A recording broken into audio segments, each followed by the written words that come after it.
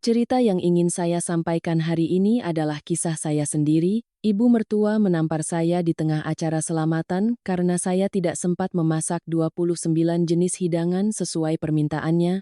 Saya menahan diri, tetapi malam itu saya melakukan sesuatu yang membuatnya hancur. Sebelum menikah, saya dan Mas Budi telah berpacaran selama hampir 3 tahun.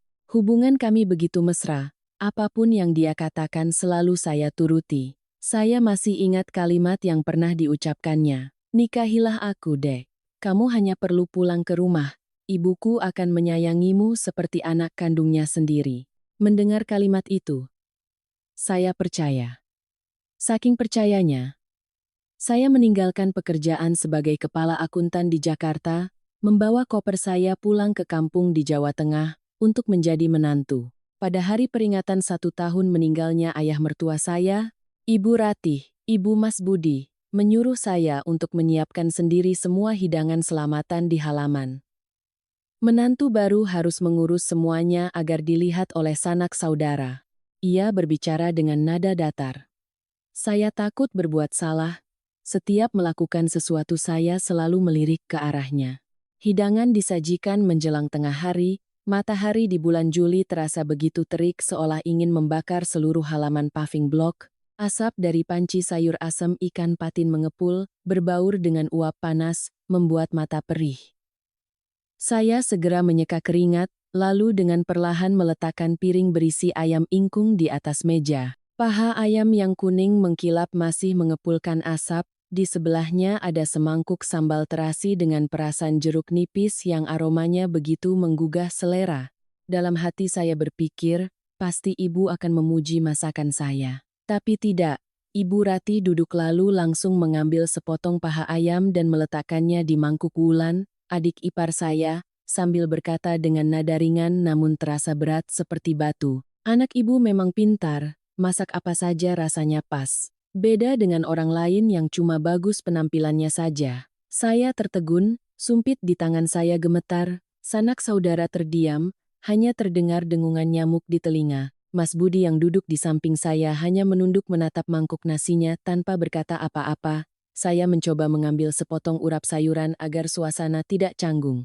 Mulut saya tersenyum kaku, dan ibu langsung melirik tajam. Menantu baru, doa selamatan belum selesai kok sudah berani makan duluan? Saya segera meletakkan sumpit, berkata pelan, maaf, Bu, saya hanya ingin mencoba rasanya, apa sudah pas atau belum. Belum selesai kalimat saya, ibu membanting sumpitnya ke meja. Di rumah ini, sopan santun adalah yang utama. Sebelum didoakan, tidak boleh ada yang menyentuhnya. Dasar tidak tahu aturan. Seluruh kerabat terdiam. Saya menundukkan kepala, jantung berdebar kencang. Acara makan yang seharusnya untuk mengenang almarhum berubah menjadi ujian kelayakan seorang menantu. Ibu Rati berbicara tanpa menatap saya, tetapi suaranya cukup keras untuk saya dengar setiap katanya. Hidangan yang kamu tata ini kelihatannya bagus, tapi berantakan sekali. Orang yang tidak punya akar dari desa kita, ya begini, melakukan apa-apa selalu canggung. Wulan, nanti ibu ajari cara menyiapkan sesajen, jangan sampai seperti kakak iparmu, memalukan sekali. Semua orang tertawa canggung, saya hanya menunduk, merasa seperti orang asing yang menumpang di rumah sendiri. Matahari siang yang terik menyengat tengkuk saya. Terasa panas membakar, tetapi hati saya terasa dingin. Saya ingat betul, saat itu tanggal 15 Penanggalan Jawa, peringatan 1 tahun meninggalnya ayah Mas Budi. Tahun itu, saya baru menjadi menantu kurang dari 3 bulan. Selain hidangan di atas meja, ada bagian lain yang harus saya telan. Bagian rasa malu, bagian keheningan, dan bagian menahan diri. Ketika sanak saudara selesai makan, saya membereskan piring-piring. Ibu Rati melihat sekeliling lalu berkata, Citra, mulai besok bangun lebih pagi sedikit ya. Keluarga kita biasa sarapan jam 5 pagi, tidak seperti di kota. Saya menjawab, iya, Bu, tetapi tangan saya masih gemetar. Sejak menjadi menantu, tidak pernah sekalipun saya tidur lewat dari jam 6 pagi. Tapi apapun yang ibu katakan, saya tidak berani membantah. Sore harinya ketika semua orang sudah pulang, hanya tinggal kami bertiga di rumah. Sambil mencuci piring, Saya mendengar suara ibu berbicara dengan Mas Budi di teras. Kamu lihat istrimu itu, menantu dari mana kok memimpin doa saja gemetaran. Bicaranya pelan sekali, tidak jelas sama sekali. Coba saja nanti kalau Wulan menikah, ibu mau lihat apa ada menantu yang sesabar si Citra itu. Saya berdiri di dapur, air mata jatuh ke dalam bak cucian piring. Air di bak perlahan menjadi hangat, entah karena air sabun atau karena hati saya yang mendidih. Malam itu, saya berbaring membelakangi dinding, mendengar suara jangkrik, merasakan hati yang perih. Budi berbaring diam di samping saya. Saya ingin bertanya padanya, "Mas, apa kamu tidak lihat aku dipermalukan?" Tapi saya takut dia hanya akan menghela napas. Sejak menjadi menantu, saya belajar menelan air mata. Seperti menelan nasi kering, tapi harus berpura-pura rasanya lezat. Saya teringat beberapa bulan sebelum pernikahan, Ibu Ratih pernah memegang tangan saya dan berkata, "Ibu berharap kamu menyayangi Budi, anggaplah rumah ini seperti rumahmu sendiri." Saya benar-benar percaya. Saya tidak tahu bahwa menganggap seperti rumah sendiri di sini artinya adalah melakukan segalanya, sementara saya hanyalah tamu yang berutang budi. Pagi berikutnya, ibu menyuruh saya ke pasar membeli ikan gabus untuk dimasak pindang. Baru saja melangkah keluar gerbang, saya bertemu Pak Tono, tetangga sebelah, yang sedang menganyam keranjang bambu. Beliau tersenyum dan berkata, "Mbak Citra, ya, baru jadi menantu kok wajahnya sudah murung begitu. Ada yang tidak beres?" Saya tersenyum getir. "Tidak apa-apa, Pak. Mungkin hanya belum terbiasa." Beliau mengangguk-angguk. "Jadi menantu di rumah Bu Ratih, ya? Ya sudah, sabar saja. Saya bicara pun tidak ada gunanya." Kata-kata beliau seperti angin dingin yang menyusup ke dalam tulang. Malam itu, Ibu Ratih memanggil saya ke halaman dan berkata, "Dengarkan Ibu baik-baik. Rumah ini punya aturan, Ibu tidak suka gaya orang kota. Anak-anak kota itu terlalu pintar, jadinya kurang ajar." Saya menunduk. "Iya Bu, saya mengerti." Ibu menatap saya dengan mata menyipit, "Bagus kalau mengerti. Ibu tidak butuh menantu yang pintar, Ibu butuh menantu yang penurut." Saya mengangguk, tetapi hati saya terasa seperti tertusuk duri. Di bawah cahaya lampu kuning dari teras, bayangan saya memanjang di halaman, bengkok dan kurus, seperti harga diri saya yang sedang menciut. Malam itu saya terjaga hingga larut, menatap bulan sabit yang mengintip dari jendela, dan bertanya pada diri sendiri, apakah sejak saat saya duduk di ujung tikar hari ini, saya telah kehilangan tempat di hati orang lain, dan saya tidak tahu bahwa acara selamatan pertama itu, hari yang saya kira hanyalah ritual biasa, ternyata adalah penanda dimulainya tahun-tahun panjang di mana saya harus belajar menahan diri, belajar diam, dan pada akhirnya, belajar untuk pergi. Setelah acara selamatan itu, saya pikir semuanya akan baik-baik saja. Siapa sangka, hanya beberapa minggu kemudian, badai kembali datang. Dan kali ini bukan hanya kata-kata. Pagi itu hari Minggu, cuaca panas dan lembab, awan putih menggumpal di atas sawah. Ibu Ratih bangun pagi-pagi sekali dan memanggil saya, "Citra, bangun, nak. Hari ini kerabat dari pihak ibu mau datang untuk makan-makan. Kamu siapkan semuanya yang rapi, ya." Saya langsung bangun, mengenakan kebaya sederhana, menyanggul rambut. Belum sempat saya mencuci muka, ibu sudah berdiri di pintu, memandang saya dari atas ke bawah, lalu melontarkan satu kalimat. "Pakai baju kok seperti pembantu, jadi menantu di rumah ini harus tahu cara berpenampilan." Saya tersenyum, "Iya Bu, nanti saya ganti baju yang lain." Ibu tidak menjawab, hanya mendengus pelan lalu berbalik pergi. Saya memasak nasi, membuat urap, menggoreng ikan, merebus sayur, keringat menetes di dapur. Asap membuat mata pedih, tetapi hati saya tetap ingin melakukan yang terbaik untuk menjadi menantu yang berbakti. Saya hanya berharap ibu bisa melihat ketulusan saya. Menjelang siang, sanak saudara berdatangan. 3 meja besar disusun di halaman, semuanya dari keluarga pihak ibu. Ada paman tertua yang duduk di tengah. Semua orang tertawa dan mengobrol dengan riang. Ibu Ratih duduk di samping paman itu, suaranya terdengar lantang. "Keluarga saya ini berkat doa leluhur jadi punya menantu yang rajin mengurus semuanya. Tapi sejujurnya, anak kandung ibu tetap yang paling hebat, ya kan, Wulan?" Seluruh meja tertawa, Sementara Wulan hanya tersenyum tipis. Saya tersenyum kecut, menganggapnya hal biasa, tetapi ada sudut di hati saya yang terasa nyeri. Di tengah kesibukan menyajikan hidangan, Ibu Ratih tiba-tiba mengerutkan kening. Kenapa sayur asem ini rasanya hambar sekali? Kamu sudah mencicipinya belum? Saya menjawab pelan, sudah, Bu. Mungkin karena ikan patinnya hari ini kurang segar.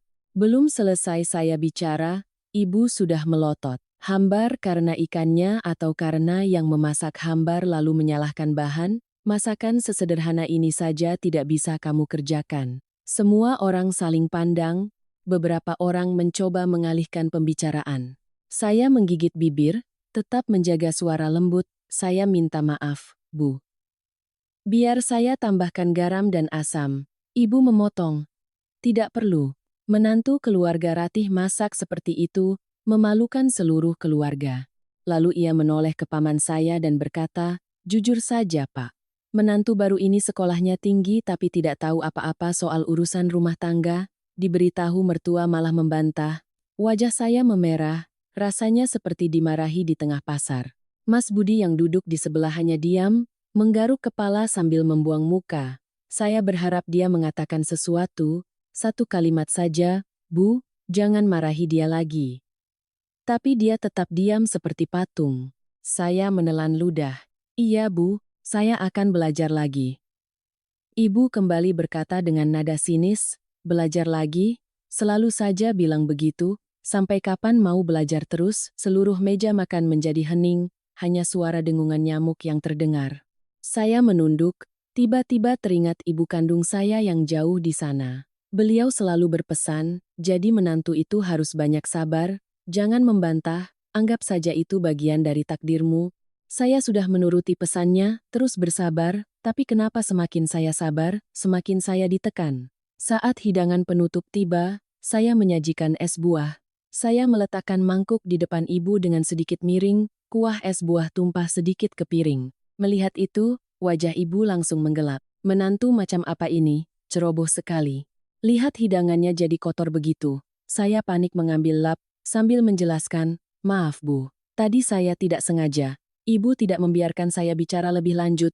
Sebuah tamparan keras mendarat di pipi saya. Plak, suaranya kering dan nyaring. Saya terdiam membeku, pipi saya terasa panas, tetapi rasa dingin menjalar dari leher ke seluruh tubuh. Sebuah tamparan di siang hari, di depan seluruh sanak saudara, suara sendok jatuh ke meja, beberapa orang ternganga, tetapi tidak ada yang berani bersuara. Mas Budi hanya bisa berkata, Ibu, sudahlah. Lalu kembali menunduk, suaranya lemah seperti embusan angin. Saya melihat sekeliling, semua mata menghindari tatapan saya. Ibu Ratih mendesis, biar kamu ingat, di rumah ini harus tahu sopan santun. Menantu yang tidak bisa menjaga kehormatan mertuanya adalah anak durhaka. Saya mendengar jantung saya berdebar seperti genderang. Punggung saya kaku, tenggorokan tercekat. Rasa sakit dari tamparan itu tidak sebanding dengan rasa sakit melihat orang yang saya sebut suami hanya duduk diam memandang ke arah lain. Saya tidak menangis, tidak setetes pun. Saya hanya menunduk, membereskan mangkuk, membersihkan meja. Setiap langkah terasa seperti menginjak duri. Paman tertua berdeham, sudahlah. Ratih, menantu masih muda, tidak baik diperlakukan begitu. Ibu tertawa sinis, saya sedang mendidik anak saya, siapa yang boleh ikut campur? Suasana menjadi beku. Saya masuk ke dapur, telinga saya masih mendengar sayup-sayup tawa canggung mereka. Malam itu, ketika tamu sudah pulang, saya melihat Budi duduk di teras sambil merokok. Saya mendekatinya, suara saya bergetar. Kenapa Mas tidak mengatakan apa-apa?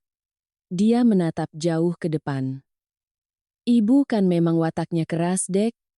Jangan dimasukkan ke hati. Saya menahan bibir, apa Mas tidak lihat ibu menamparku di depan semua orang? Dia menghela napas. Aku tahu, tapi melawan ibu juga tidak ada gunanya. Nanti juga ibu lupa. Saya tersenyum sinis. Yang ditampar akan ingat seumur hidup. Dia terdiam. Saya kembali ke kamar, menatap cermin. Satu sisi pipi saya bengkak dan merah. Saya mengambil kompres es dan menempelkannya. Terasa dingin tapi juga nyeri. Di cermin, ada seorang wanita asing, matanya cekung, bibirnya terkatup rapat. Saya tidak lagi mengenali diri saya yang dulu, yang percaya diri, ceria, dan berani tertawa keras di keramaian. Sekarang yang tersisa hanyalah bayangan samar di kamar tua ini. Malam itu, saya tidak bisa tidur. Suara kipas angin tua berderit, suara angin menyusup melalui celah jendela. Saya merindukan ibu saya, merindukan rumah kecil kami di kota, merindukan sore hari saat kami berdua makan bakso.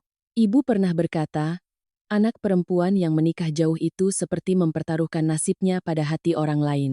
Sekarang saya baru mengerti betapa pahitnya mempertaruhkan hati itu. Pagi berikutnya, saya tetap bangun pagi, memasak, menyapu halaman seolah tidak terjadi apa-apa. Ibu Ratih menatap saya dan berkata tanpa ekspresi, "Sudah pintar sekarang, ya." Saya tersenyum tipis, tetapi hati saya terasa seperti dicakar. Sejak hari itu, saya tahu saya telah memasuki fase yang berbeda. Bukan lagi menantu baru yang gemetaran, tetapi seseorang yang perlahan didorong ke tepi jurang kesabaran. Tamparan hari itu tidak hanya meninggalkan bekas di wajah, tetapi juga mengukir luka yang dalam di hati saya. Luka dari rasa terhina, dan dari sebuah kesadaran yang diam-diam mulai tumbuh. Saya tidak tahu kapan ia akan meledak. Saya hanya tahu bahwa sejak saat itu, di dalam diri saya ada api yang diam-diam mulai menyala. Api dari seorang wanita yang mulai mengerti, sabar belum tentu bijak, dan diam belum tentu emas. Dan akan ada satu hari di mana saya tidak akan diam lagi. Saya pernah berpikir jika saya lebih penurut, lebih mengalah, maka semuanya akan damai. Tetapi semakin saya mencoba menyembunyikan diri, semakin orang lain menekan saya.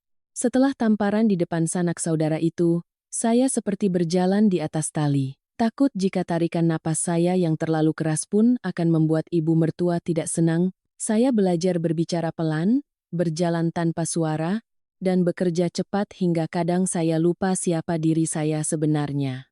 Pagi hari saya bangun jam 5, menyapu halaman, merebus air, memasak nasi.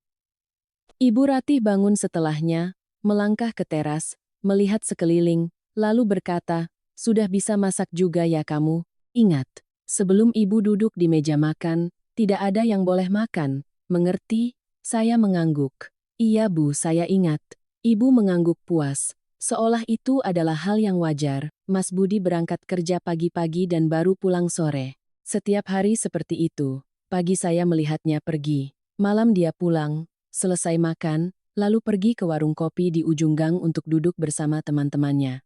Suatu kali saya bertanya pelan, "Mas, kita nonton film atau jalan-jalan sebentar, mau?" Dia mengibaskan tangan, "Kamu kalau mau nonton, nonton saja, Mas ke warung sebentar, nanti pulang." Pintu besi tertutup, suara motornya menjauh. Saya duduk menatap hidangan yang masih hangat, kuah sayur perlahan mendingin, dan hati saya membeku. Malam hari, saya berbaring di sampingnya, merasakan jarak di antara kami semakin melebar. Saya teringat hari-hari di Jakarta, saat dia menjemput saya pulang kerja, menggandeng tangan saya menyusuri Jalan Sudirman, sambil berkata, "Kamu adalah duniaku." Kini, dunia itu hanya tersisa saya dan suara serangga di luar. Saya mulai bekerja online untuk perusahaan akuntansi lama saya, secara diam-diam. Saya takut ibu akan berkata, "Perempuan urusan rumah saja belum beres, sok-sokan mau kerja." Setiap kali mendengar langkah kakinya di luar pintu, saya cepat-cepat menutup laptop, berpura-pura sedang menjahit baju atau mengupas buah.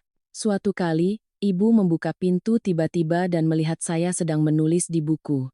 Beliau langsung bertanya, "Itu apa?" Saya tergagap, "Ini, Bu, saya sedang mencatat pengeluaran rumah tangga." Ibu mengangkat alis, "Mengurusi hal tidak penting, nanti lupa masak nasi, baru tahu rasa kamu." Saya hanya menjawab iya pelan, jantung berdebar kencang. Saya menyembunyikan pekerjaan saya, menyembunyikan perasaan saya, menyembunyikan semua luka.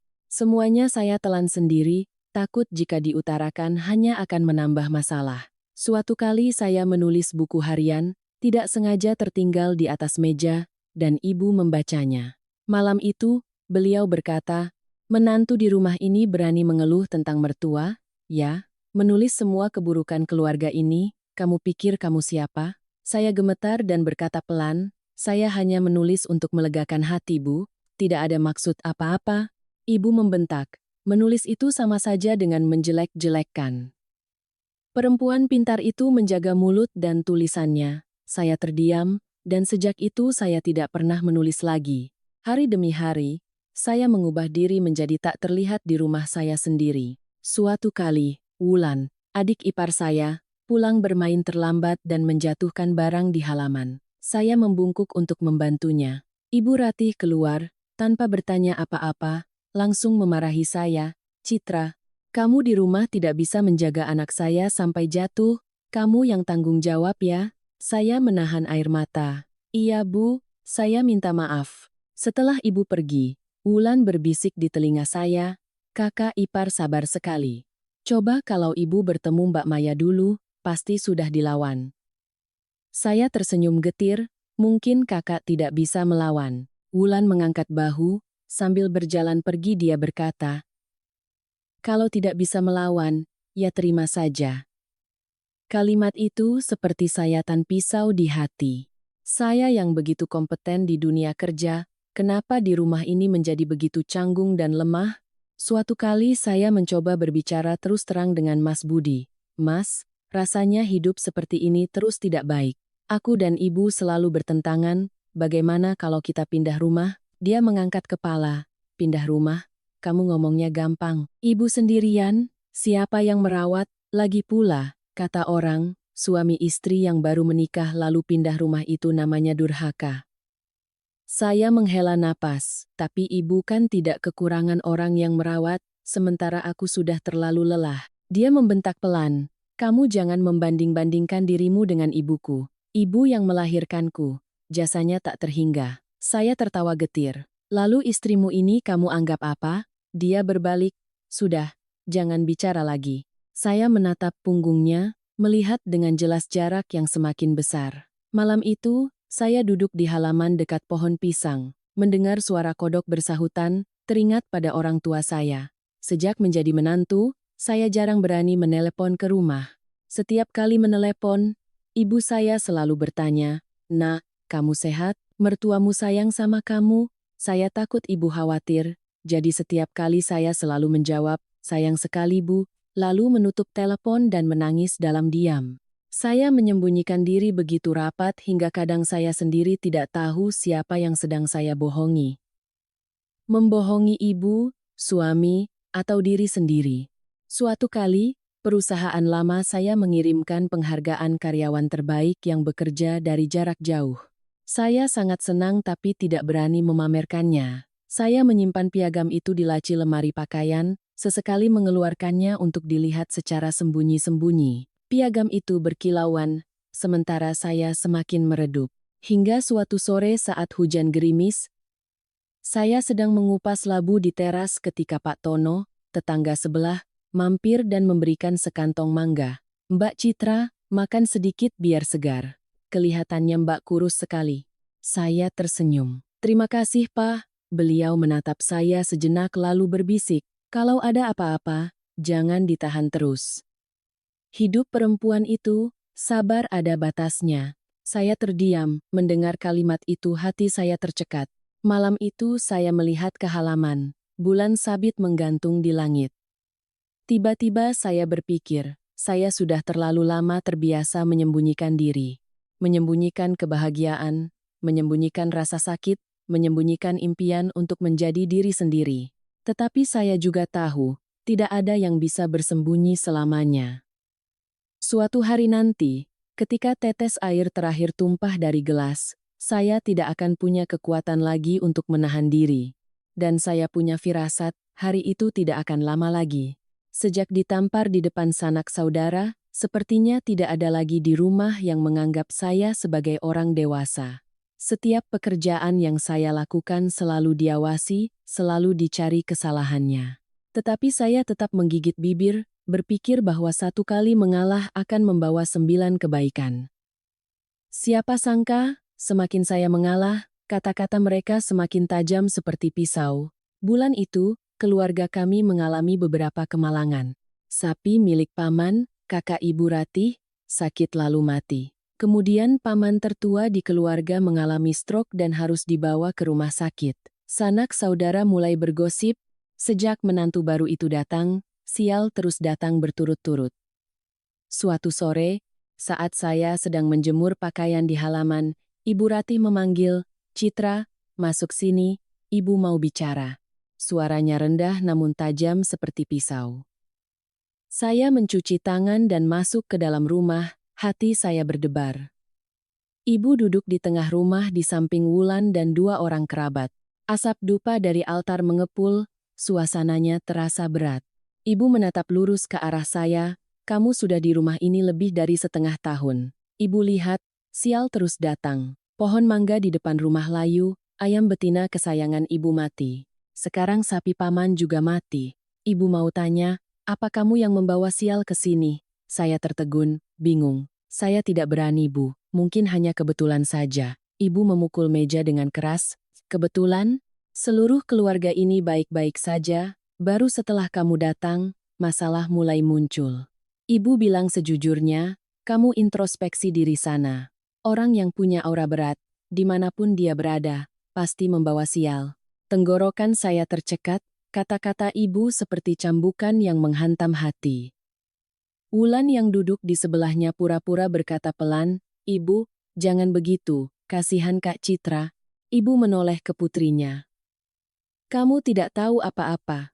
Ibu sudah bertanya pada orang pintar, dia bilang dengan jelas bahwa di rumah ini ada orang dengan aura buruk yang bertentangan dengan arwah leluhur. Sambil berkata begitu, ibu menatap lurus ke arah saya. "Ibu belum mengatakannya untuk menjaga mukamu, tapi orang pintar itu bilang orang itu adalah menantu baru." Rumah menjadi hening, hanya terdengar dengungan nyamuk. Saya merasa jantung saya jatuh ke kaki. Saya mencoba menjaga suara tetap tenang. "Ibu, saya tidak percaya dengan hal-hal seperti itu. Saya datang ke rumah ini dengan niat baik." "Kenapa ibu tega berkata seperti itu?" Ibu mendengus. "Kamu tidak percaya, tapi ibu percaya. Ibu sudah hidup 60 tahun lebih, ibu tahu mana yang baik dan mana yang buruk. Sejak kamu datang, anak laki-lakiku jadi kurus, usahanya sulit, uang masuk dari pintu depan keluar dari pintu belakang. Coba katakan, apa bukan karena kamu pembawa sial?" Saya terdiam. Mas Budi berdiri di ambang pintu, mendengar semuanya tetapi tidak berkata apa-apa. Tatapannya menghindari saya seolah saya adalah sesuatu yang tabu. Saya memanggilnya pelan, "Mas." Dia hanya menggelengkan kepala dan berbisik, "Sudahlah, Dek. Ibu bicara biarkan saja." Saya menoleh ke Ibu Ratih, air mata sudah di pelupuk mata. "Bu, saya hidup dengan tulus, tidak pernah melakukan kesalahan. Apa ibu lebih percaya kata-kata orang pintar daripada saya?" Ibu Ratih tersenyum sinis, "Jangan pakai jurus air mata. Orang pembawa sial yang pura-pura baik itu lebih berbahaya. Menantu di rumah ini kalau membuat ibu kehilangan berkah, akan ibu usir dari rumah." Kalimat itu seperti pisau terakhir. Saya berdiri seperti patung, tangan gemetar, tenggorokan tercekat, kepala tertunduk. Beberapa kerabat saling pandang dengan canggung lalu pamit pulang. Setelah hanya tersisa kami bertiga, barulah saya berkata pelan, "Kalau ibu tidak percaya, saya izin pergi sebentar agar ibu tenang." Ibu langsung menjawab, "Pergi ya pergi saja. Jangan sampai saya bilang dua kali. Rumah ini tidak menampung orang pembawa sial." Saya berbalik pergi, masih mendengar suara ibu di belakang, "Dasar pembawa sial." Malam itu, saya mengemasi beberapa potong pakaian, berniat menginap di rumah teman untuk beberapa hari, tetapi Mas Budi mencegah. "Kamu benar-benar mau pergi? Ibu kan hanya bicara begitu. Tidak bermaksud mengusirmu." Saya menatapnya dan tersenyum getir. Mas melihatnya dengan jelas tapi masih bisa berkata seperti itu. Dia menghela napas, "Ibu itu emosional, jangan dimasukkan ke hati." Saya bertanya, "Mas percaya padaku atau pada ibu?" Dia diam. Keheningan itu menjawab segalanya. Saya tidak jadi pergi, hanya masuk ke kamar dan menutup pintu. Malam itu, hujan turun deras di atap genting. Saya duduk menatap tirai jendela yang bergerak-gerak, teringat saat masih di Jakarta. Dulu saya begitu percaya diri, dinamis, dan fasih berbicara di setiap rapat. Sekarang, saya hanya bisa duduk memeluk lutut, takut bahkan pada suara sandal ibu mertua. Pagi berikutnya, saya pergi ke pasar membeli sayur. Beberapa ibu-ibu tetangga berbisik-bisik. Itu menantunya Bu Ratih.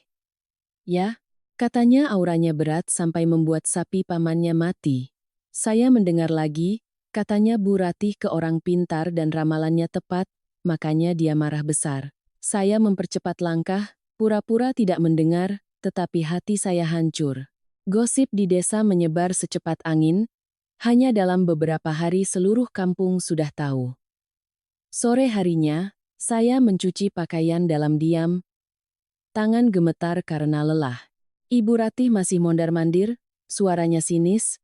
Lihat itu, kemarin dibilang pembawa sial, hari ini hujan deras.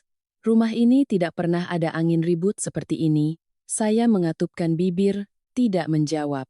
Saya tahu, apapun yang saya katakan akan sia-sia.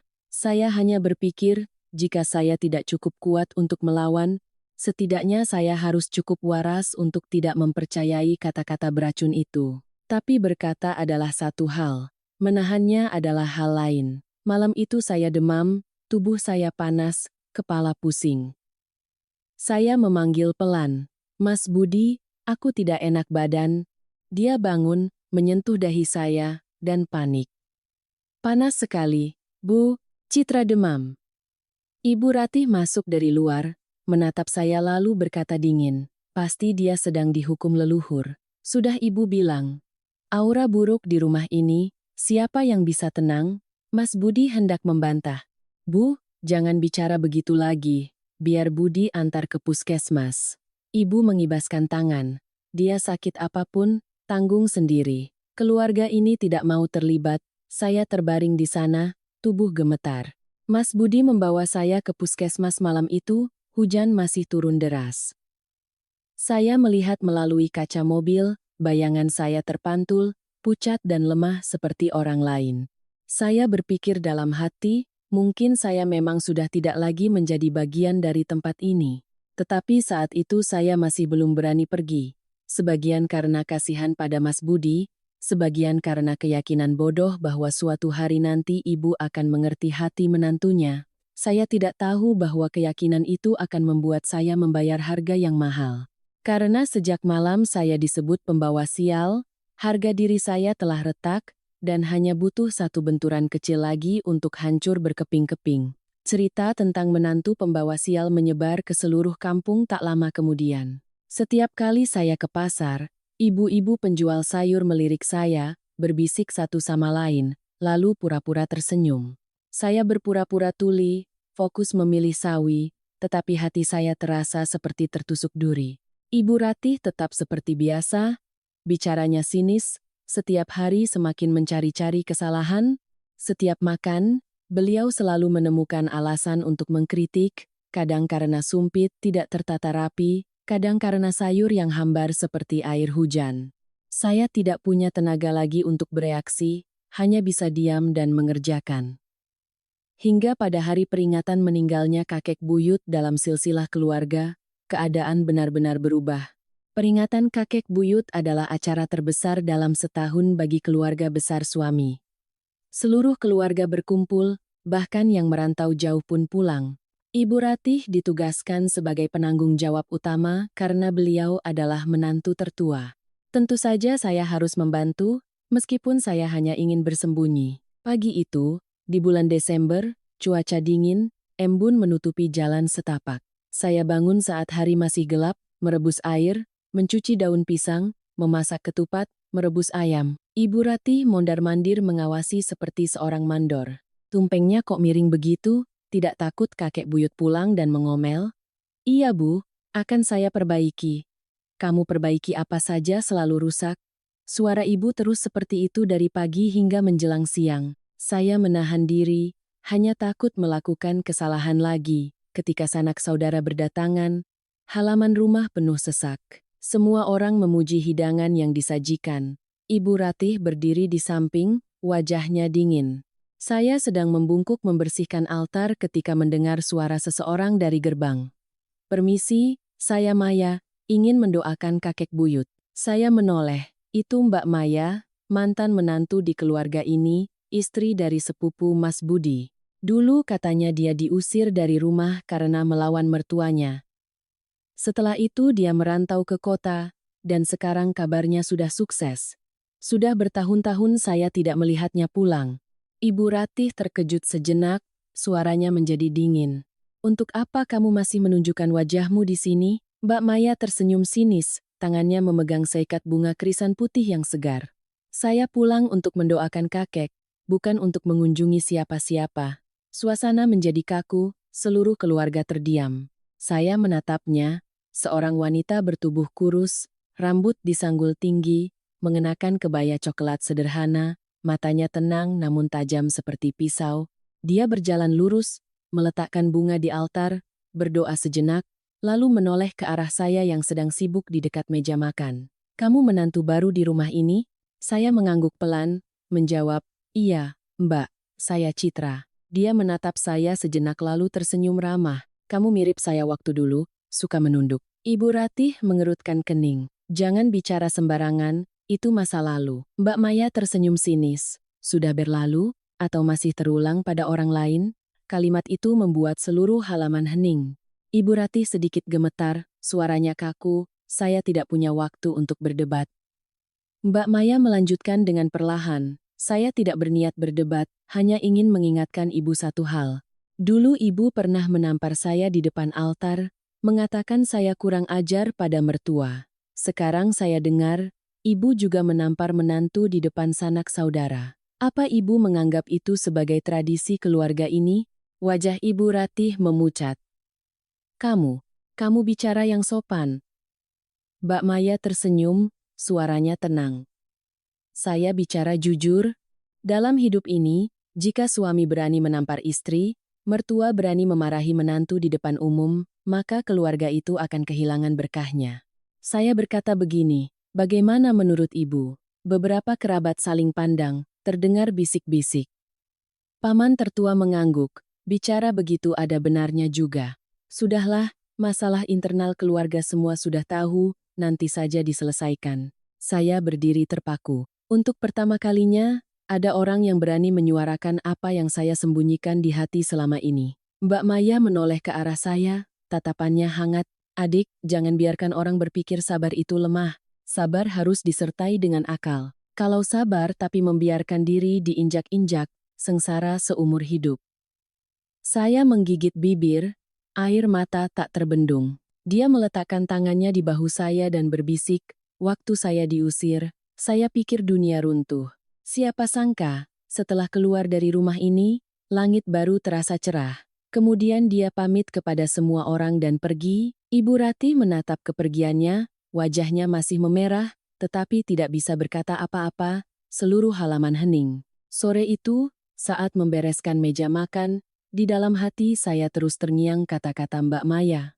Setelah keluar dari rumah ini, langit baru terasa cerah, saya melihat senja di halaman. Sinar matahari terakhir menembus sela-sela daun kelapa, menyinari wajah saya. Tiba-tiba saya sadar, sudah lama sekali saya tidak melihat cahaya. Malamnya, Ibu Ratih menggerutu. Si Maya itu mulutnya seperti pisau. Orang kok pedas sekali bicaranya, tepat mengenai hati orang. Saya mendengar jantung saya berdebar kencang. Ibu tidak menatap saya, tetapi kalimat itu seolah ditujukan langsung pada saya. Mas Budi yang duduk di sebelah hanya diam. Saya melihat dengan jelas tatapannya goyah. Untuk pertama kalinya sejak kami menikah, dia tidak menatap ibunya, melainkan menatap saya. Saat saya membereskan piring, dia berbisik. Jangan dimasukkan ke hati omongan hari ini. Tapi, Mbak Maya memang benar. Saya tertegun. Jarang sekali dia mengakui ibunya salah. Kata-kata itu bagi saya seperti setetes air sejuk di gurun yang kering, tapi saya mengerti, satu kalimat saja tidak bisa mengubah badai yang telah dimulai di rumah ini. Malam itu saya tidak tidur. Saya teringat tatapan Mbak Maya, campuran antara kasihan dan kekuatan. Saya teringat seikat bunga krisan putih di altar yang mekar di bawah cahaya lampu kuning. seolah menjadi ucapan selamat tinggal bagi kehidupan seorang menantu yang tertindas. Saya berbaring mendengar desau angin di sela-sela jendela, hati saya merasakan sesuatu yang aneh, antara sakit dan tercerahkan. Untuk pertama kalinya, sebuah pikiran jernih muncul di benak saya. Jika saya tetap di sini, nasib saya mungkin akan seperti Mbak Maya dulu, diusir dan dipermalukan. Tapi siapa tahu, jika saya pergi, saya akan menemukan kembali diri saya. Seikat bunga krisan putih dari Mbak Maya, entah untuk apa, kini terasa seperti sedang mekar di dalam hati saya. Mekar di tengah malam yang sunyi, menandakan musim kesadaran yang akan segera tiba. Sejak kepulangan Mbak Maya, saya terus gelisah. Kalimat setelah keluar dari rumah ini, langit baru terasa cerah terus terngiang di kepala saya seperti lonceng pengingat. Awalnya saya menepisnya, berpikir mungkin dia mengatakannya dalam keadaan marah, tetapi semakin lama saya di sini, semakin saya merasa dia benar. Ibu Ratih, setelah hari itu, seolah tersinggung. Setiap melihat saya, beliau selalu mencari-cari masalah. Kadang beliau berkata, "Lihat itu, mencuci baju airnya muncrat ke seluruh halaman." Kadang lagi, sumpitnya masih berminyak, perempuan di rumah ini pasti malas sekali. Sementara Wulan, yang dulunya cukup dekat, sekarang ikut-ikutan menyindir. "Kakak ipar hebat ya, dimanapun kakak berada pasti tenang, hanya rumah ini saja yang sial." Setiap kata adalah sayatan pisau kecil di hati. Saya diam, tetapi tidak lagi merasa takut, hanya merasa jenuh. Sebuah kejenuhan yang mendalam, seperti perahu yang terdampar tanpa dayung. Suatu malam, Ibu Ratih pergi ke acara pernikahan di desa. Mas Budi sedang piket di kantor. Saya duduk di teras menatap hujan gerimis. Suara hujan di atap genting tua terdengar seperti ketukan di hati saya. Saya membuka lemari, mengeluarkan koper kecil. Koper ini saya beli tahun lalu saat masih bekerja di Jakarta. Sudah berkali-kali saya berniat mengemasi barang, tetapi setiap kali saya berhenti karena teringat Mas Budi. Saya diam-diam melipat pakaian, beberapa setel baju, beberapa dokumen, laptop tua. Kamar kecil itu hening, hanya terdengar suara hujan yang semakin deras. Saya duduk di tepi ranjang, melihat sekeliling. Setiap dinding, setiap retakan, setiap gantungan baju begitu akrab. Begitu akrab hingga saya tahu di mana ada noda lembab, di mana Ibu Ratih biasa berdiri mengintip saya memasak. Tapi sekarang, melihatnya lagi, saya tidak merasa sayang, hanya merasa ingin bernapas. Tiba-tiba telepon berdering dari Mas Budi. Saya mengangkatnya. "Halo Mas," suaranya terdengar lelah. "Ibu pesan, besok pagi bangun lebih awal buat soto ikan. Ada tamu?" Saya menjawab, "Iya, tapi besok aku ada urusan di Surabaya. Aku berangkat pagi." Dia terkejut. "Urusan apa?" Saya ragu-ragu.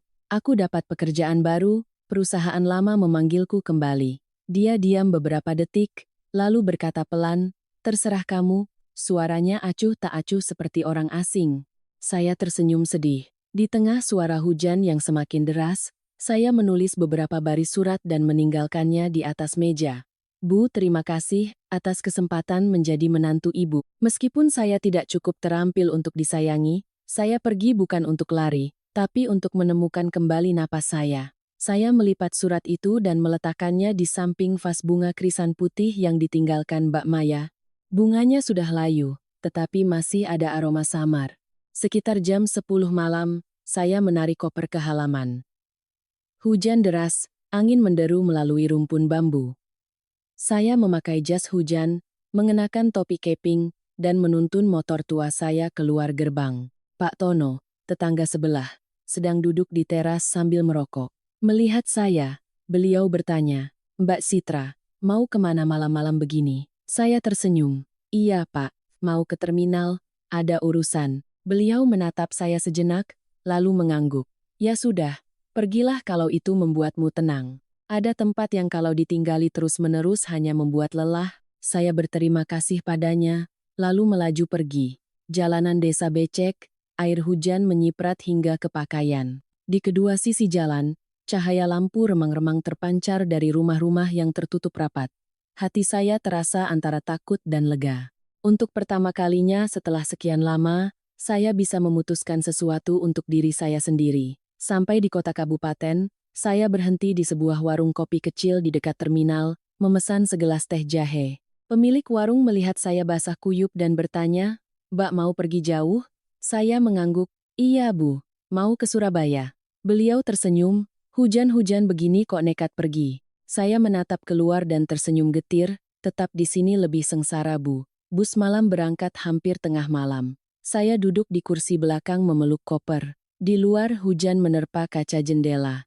Cahaya lampu jalan melintas terus-menerus seperti kilatan cahaya yang cepat padam. Saat bus mulai berjalan, saya memejamkan mata. Air mata terus mengalir tanpa sempat saya seka, tapi itu bukan air mata ketakutan, melainkan air mata kebebasan. Tiba di Surabaya, hari masih pagi buta, saya menyewa kamar kos sementara di dekat jembatan Suramadu. Kamar kecil, sederhana tapi bersih. Saya menyalakan lampu, melihat koper yang tergeletak di sudut, dan tersenyum. 10 tahun sekolah, 5 tahun bekerja, saya tidak pernah berpikir suatu hari saya harus melarikan diri dari pernikahan saya sendiri. Tetapi saya tahu, jika saya tidak pergi, saya mungkin akan layu seperti kelopak bunga krisan itu. Saya membuka laptop, mengirim email ke perusahaan lama tempat saya bekerja sebelum menikah. Mengejutkan, direktur langsung membalas, "Kami sangat senang mendengar Anda kembali. Apa semangat Anda masih sama seperti dulu?" Saya tersenyum dan mengetik balasan, "Saya sedang mencoba menemukan kembali diri saya, dan mungkin kali ini saya tidak akan membiarkan siapapun mengambilnya lagi." Pagi berikutnya, saya pergi ke tepi pantai. Langit masih kelabu, ombak berdebur kencang. Saya berdiri menatap setiap gelombang yang menghantam pantai, merasakan rasa asin yang menyelinap di bibir. Laut seolah berkata pada saya, setiap orang berhak memilih tempat untuk hidup dengan damai. Saya menarik napas dalam-dalam, hati terasa ringan. Telepon berdering, dari Mas Budi. Saya ragu sejenak, lalu mematikannya. Pesan masuk. "Kamu di mana?" Ibu bertanya-tanya. "Mas takut, jangan perbesar masalah." Saya tidak menjawab. Saya mengerti, bagi dia kepergian saya adalah memperbesar masalah, tetapi bagi saya, pergi adalah menyelamatkan diri. Saya berbalik, berjalan perlahan di atas pasir basah. Setiap langkah seperti meninggalkan sepotong kehidupan. Untuk pertama kalinya dalam 3 tahun menjadi menantu, saya merasa bebas. Bebas untuk bernapas, bebas untuk diam, bebas untuk tidak mendengar perintah siapapun. Sebelum kembali ke kamar, saya mengirim satu pesan singkat untuk Mas Budi. "Aku tidak marah padamu, tapi tetap di sana." Saya yang menakutkan. Lalu saya mematikan telepon. Di luar, matahari perlahan terbit, menembus lapisan awan kelabu. Seberkas cahaya menyinari jendela kamar saya. Saya berdiri menatapnya, lalu tiba-tiba tertawa. Tawa yang ringan seperti angin. Ya, mungkin sekarang langit benar-benar baru terasa cerah. Hari-hari pertama di Surabaya, saya hidup seperti orang yang baru saja keluar dari badai. Semuanya terasa asing, termasuk diri saya sendiri. Pagi hari, saya bangun lebih awal dan pergi ke Pantai Kenjeran, duduk memandangi matahari terbit. Ombak menghantam pantai, pasir halus terasa dingin di bawah kaki, angin membawa aroma laut yang khas. Saya duduk di sana, hanya untuk merasakan napas saya sendiri. Tidak ada lagi suara ibu mertua yang memanggil dari teras, tidak ada lagi omelan di setiap waktu makan. Tidak ada lagi yang mengatakan, "Kamu tidak boleh begini, kamu tidak boleh begitu." Saya merasa kosong, tetapi juga lega luar biasa. Awalnya saya tinggal di kamar kos kecil dekat jembatan Suramadu. Kamar itu hanya seluas 10 meter persegi, dengan sebuah tempat tidur, meja kayu tua, dan jendela yang menghadap ke laut. Setiap malam saya membuka jendela, duduk memandangi cahaya lampu yang terpantul di permukaan air. Di sana, saya melihat seorang wanita asing yang perlahan hidup kembali. Wanita yang pernah terkubur di balik cangkang menantu yang baik, istri yang penurut. Perusahaan lama menerima saya kembali seketika. Direktur menelepon, "Citra, saya tahu orang sepertimu tidak mudah menyerah. Kembalilah, posisimu masih ada." Mendengarnya, tenggorokan saya tercekat. Saya hanya bisa menjawab pelan, "Terima kasih, Pak. Saya akan berusaha." Hari pertama kembali ke kantor, semua orang menatap saya dengan terkejut. Ini Mbak Citra, beda sekali. Saya tersenyum, harus beda, kan saya hidup kembali. Saya bekerja seolah menebus tahun-tahun yang hilang, angka-angka, spreadsheet, rapat-rapat, hal-hal yang dulu membuat saya lelah, kini membuat saya merasa berharga. Siang hari, rekan kerja mengajak saya makan lontong balap, saya duduk, tertawa, dan mengobrol seolah tidak pernah mengenal kata sakit hati. Malam hari, saya sering mampir ke warung kecil di dekat jembatan, duduk minum teh hangat sambil memandangi lalu lalang orang. Pemilik warung, seorang pria berusia sekitar 60 tahun dengan rambut beruban, bertanya, "Mbak baru pindah ke sini? Kok setiap hari duduk sendirian?" Saya tersenyum. "Iya, Pak, sudah terbiasa. Minum teh biar tidak terasa sepi." Beliau mengangguk. "Sendirian tidak apa-apa, yang penting hati tenang." Kalimat itu selalu saya ingat. Dulu saya pikir ketenangan adalah memiliki suami di samping, memiliki rumah bersama. Sekarang saya baru mengerti, ketenangan sejati adalah saat kita tidak perlu was-was takut dimarahi, tidak perlu berpura-pura bahagia demi menyenangkan orang lain.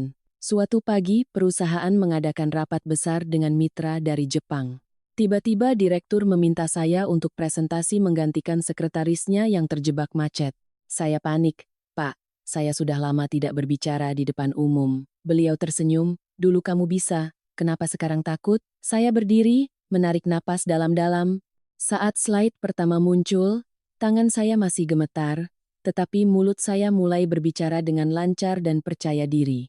Saya presentasi dalam bahasa Inggris, menambahkan beberapa kalimat dalam bahasa Jepang yang pernah saya pelajari. Selesai, seluruh ruangan bertepuk tangan.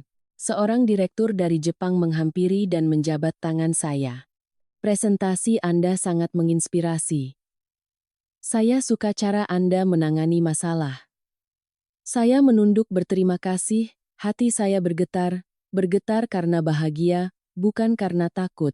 Sore harinya, saya membeli seikat bunga matahari dan meletakkannya di vas kaca dekat jendela. Memandangi sinar matahari yang menembus kelopak bunga kuning cerah, tiba-tiba saya berpikir, ternyata saya tidak butuh pengakuan dari siapapun. Cukup dengan berdiri tegak. Saya sudah cukup bersinar. Telepon berdering, nomor Mas Budi. Saya ragu sejenak, lalu mengangkatnya. "Kamu baik-baik saja?" Suaranya pelan, sedikit bergetar. "Aku baik. Mas dan Ibu sehat?" "Iya, Ibu masih marah, tapi Mas kangen kamu."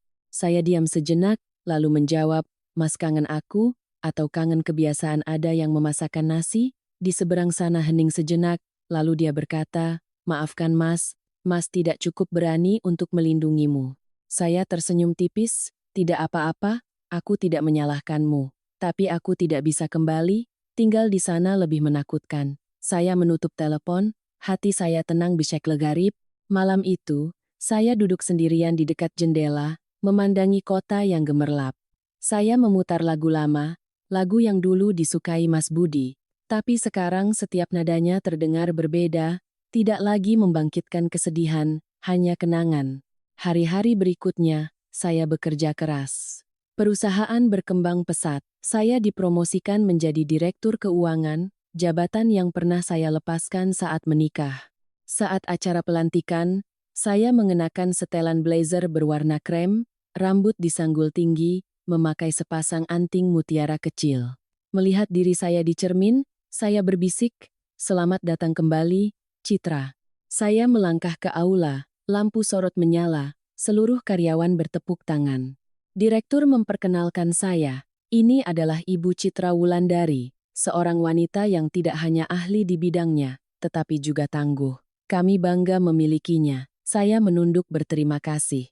Pada saat itu, saya melihat bayangan diri saya 3 tahun lalu. Menantu yang duduk di ujung tikar gemetaran di samping meja makan, perlahan memudar, digantikan oleh wanita baru yang berdiri tegak, percaya diri, dan tidak lagi takut. Malam itu saya kembali ke pantai, ombak membasahi kaki terasa sejuk. Saya duduk di atas pasir dan berbisik, "Terima kasih, hidup, telah membiarkanku jatuh, agar aku tahu caranya bangkit." Di langit, Bulan sabit tipis seperti benang, cahayanya terpantul di permukaan laut, berkilauan. Saya tersenyum, senyum yang tulus setelah bertahun-tahun kegelapan. Mungkin saya benar-benar telah menjadi wanita baru, seseorang yang tidak butuh belas kasihan, hanya butuh kekuatan dari diri sendiri untuk tidak lupa mencintai diri sendiri. Suatu sore di bulan Mei, matahari keemasan menyelimuti kota pantai. Saya baru saja selesai rapat di kantor ketika menerima kabar. Perusahaan diundang untuk berpartisipasi dalam program pengusaha muda dan pembangunan berkelanjutan yang akan disiarkan langsung di televisi nasional. Direktur tersenyum dan berkata, "Citra, kali ini kamu yang mewakili perusahaan untuk berbicara. Ya, suaramu enak didengar dan tenang, penonton pasti akan suka." Saya ragu sejenak, lalu mengangguk. Di dalam hati ada sedikit kegugupan, bukan karena takut, tapi karena firasat bahwa ini akan menjadi sebuah titik balik. Malam itu, saya memilih setelan blazer putih, rambut diikat rapi. Di depan cermin, saya melihat seorang wanita yang tenang, tatapan matanya jernih. Tak ada lagi bayangan menantu yang dulu menunduk di depan hidangan penuh omelan. Saat melangkah ke atas panggung, lampu sorot menerpa. Saya tersenyum dan mulai berbicara, perempuan Indonesia, dimanapun berada, dalam peran apapun, layak untuk dihormati. Hormat bukanlah sekadar ucapan, melainkan cara kita memperlakukan satu sama lain setiap hari. Ruangan hening, lampu, kamera, semua mata tertuju pada saya. Saya berbicara perlahan. Setiap kata terasa meresap ke dalam hati. Pada saat yang sama, di kampung, di rumah beratap genting tempat saya pernah menjadi menantu, Ibu Ratih sedang makan malam bersama Wulan dan beberapa kerabat. Televisi tua yang tergantung di dinding masih menayangkan berita seperti biasanya. Tepat pada saat itu, suara pembawa acara terdengar. Dan sekarang kita akan berjumpa dengan Ibu Citra Wulandari, Direktur Keuangan dari Greenleaf Group. Ibu Ratih sedikit terkejut, sumpitnya berhenti di udara. Wulan berseru, "Loh, Bu, itu kan Kak Citra?" Di layar, saya muncul dengan setelan blazer putih, berbicara dengan lancar, senyumnya lembut, namun penuh percaya diri. Ibu Ratih terbelalak, mangkuk nasi di tangannya jatuh ke meja, kuah sayur tumpah kemana-mana. Ya Tuhan, itu dia. Seluruh meja makan terdiam. Saya di layar televisi masih berbicara dengan tenang. Perempuan modern tidak hanya butuh dicintai, tapi juga butuh dihormati. Karena hanya ketika dihormati, mereka bisa mencintai kembali dengan damai. Wulan menelan ludah dan menoleh ke ibunya, "Kakak ipar jadi direktur, Bu?" Ibu Ratih tidak menjawab, wajahnya perlahan memucat, tangannya gemetar. Seorang paman angkat bicara, "Dulu kamu bilang dia pembawa sial, sekarang sepertinya rezekinya lebih besar dari kita." Kalimat itu seperti minyak yang disiramkan ke api. Ibu Ratih membanting sumpitnya ke meja, berdiri, "Makan saja, apalagi yang mau dilihat." Tapi semua orang tahu, hatinya sudah tidak tenang. Malam itu, setelah saya meninggalkan studio, telepon berdering terus-menerus, semuanya nomor tak dikenal. Pesan masuk bertubi-tubi, seluruh desa sedang membicarakannya. Semua orang memuji Mbak, hebat sekali. Bu Ratih nonton TV sampai bengong, saya hanya tersenyum, tidak menjawab.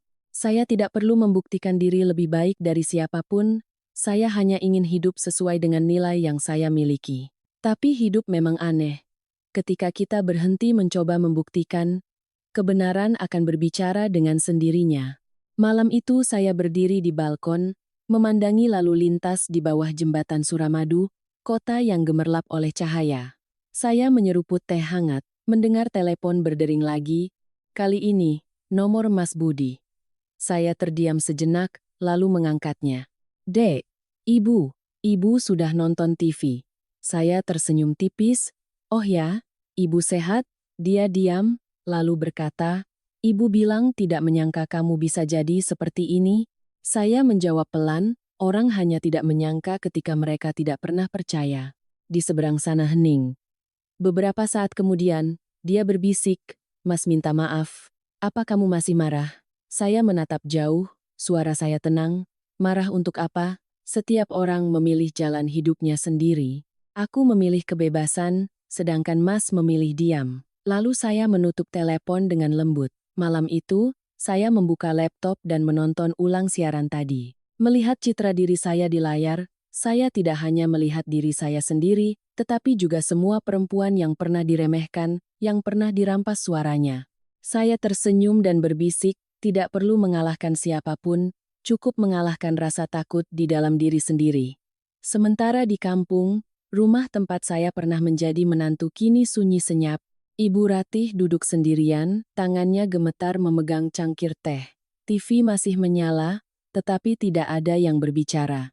Di tengah suara jangkrik, beliau menatap foto saya di layar dan menghela napas. Tidak kusangka anak itu bisa jadi orang.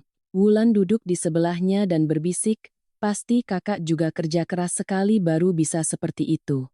Ibu tidak menjawab, hanya diam-diam memalingkan wajah. Di atas meja, hidangan makan malam masih utuh, dingin. Kisah saya berhenti sejenak di sini, pada sebuah senyuman di antara dua dunia. Satu dunia yang pernah menyiksa saya, dan satu dunia yang saya bangun dengan tangan saya sendiri. Jika Anda berada di posisi mereka, apa yang akan Anda lakukan? Apakah Anda akan memilih diam seperti Mas Budi, atau berani berdiri tegak seperti saya hari itu? Silakan tinggalkan komentar di bawah, karena di balik cerita ini, masih banyak kejutan lainnya. Pagi berikutnya, saya baru tiba di kantor dan sudah melihat suasana di ruang akuntansi ramai. Mbak Citra, Mbak terkenal sekarang, kata Rina sambil menunjukkan ponselnya. Di layar, ada potongan video dari acara semalam.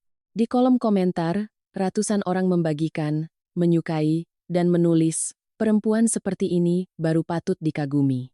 Mendengar Mbak bicara, rasanya seperti menyuarakan isi hati saya. Terima kasih Mbak, sudah mengajari perempuan untuk mencintai diri sendiri. Saya tersenyum dan hanya berkata pelan, kalian terlalu berlebihan. Tapi di dalam hati, saya tahu ini bukan lagi hanya tentang saya. Belum lama tenang, siang harinya saya menerima pesan dari seorang teman lama di kampung. Citra, ada klip lama tentang Bu Ratih yang viral di internet. Orang-orang menemukan lagi video saat beliau menamparmu di acara selamatan dulu. Saya membuka ponsel, jantung berdebar kencang. Benar, video itu. Gambarnya buram dan goyang, tetapi cukup jelas.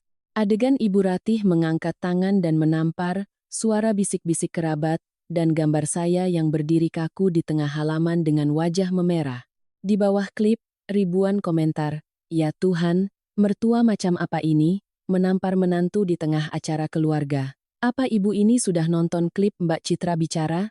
Sekarang rasakan akibatnya, hidup ini memang ada karma. Klip itu menyebar secepat api. Dalam beberapa jam, video itu menjadi trending topik. Judul-judul berita bermunculan, kisah di balik pengusaha sukses. Citra Wulandari pernah mengalami kekerasan dari mertua. Nama Ibu Ratih menjadi bahan perbincangan di berbagai grup media sosial. Di kampung, suasana menjadi heboh. Ibu-ibu tetangga saling bercerita, saya bilang juga apa, dulu kasihan sekali lihat si Citra, sekarang lihat, Tuhan itu adil. Yang lain menimpali, Bu Ratih sekarang tidak berani ke pasar, semua orang menunjuk-nunjuk. Saya membaca semuanya, hati saya campur aduk. Ada rasa senang, ada juga rasa kasihan. Saya tidak senang melihat orang lain menderita, hanya saja saya merasa hidup ini memang kadang berputar sangat cepat, kemarin masih dicap sebagai pembawa sial, hari ini dipuji sebagai wanita inspiratif. Malam itu saya menelepon Mas Budi. Dia mengangkatnya dengan cepat, suaranya panik. Citra, kamu sudah lihat klipnya? Orang-orang sedang heboh. Ibu sangat terkejut. Ibu menangis terus. Saya menghela napas. Bukan aku yang mengunggahnya. Mungkin ada yang merekam saat acara selamatan itu, dari kalangan keluarga. Aku tahu, tapi ibu bilang pasti kamu yang menyewa orang untuk menyebarkannya demi balas dendam. Saya tertawa kecil, tapi sedih. Balas dendam untuk apa?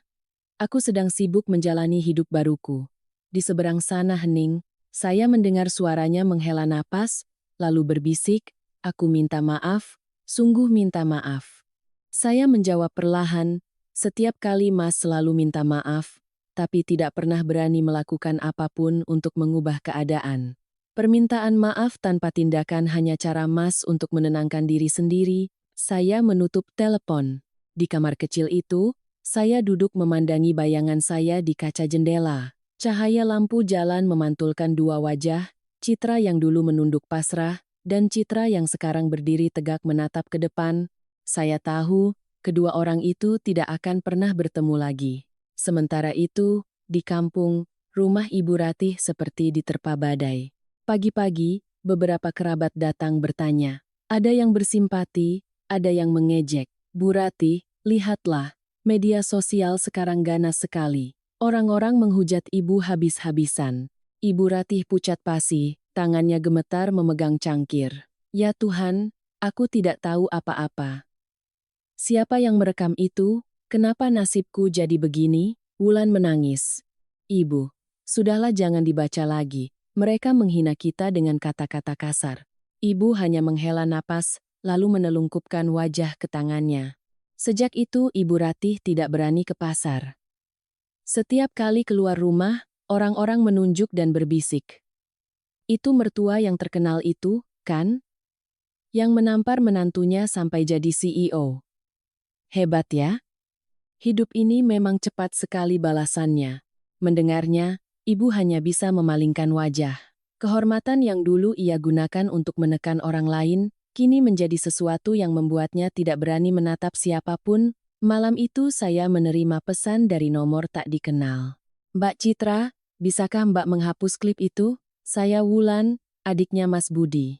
Ibu saya beberapa hari ini tidak makan, tidak tidur. Bagaimanapun juga, ibu sudah tua. Saya membaca pesan itu lama sekali, lalu membalas, saya tidak mengunggahnya, jadi saya tidak bisa menghapusnya. Tapi sampaikan pada ibu untuk tenang.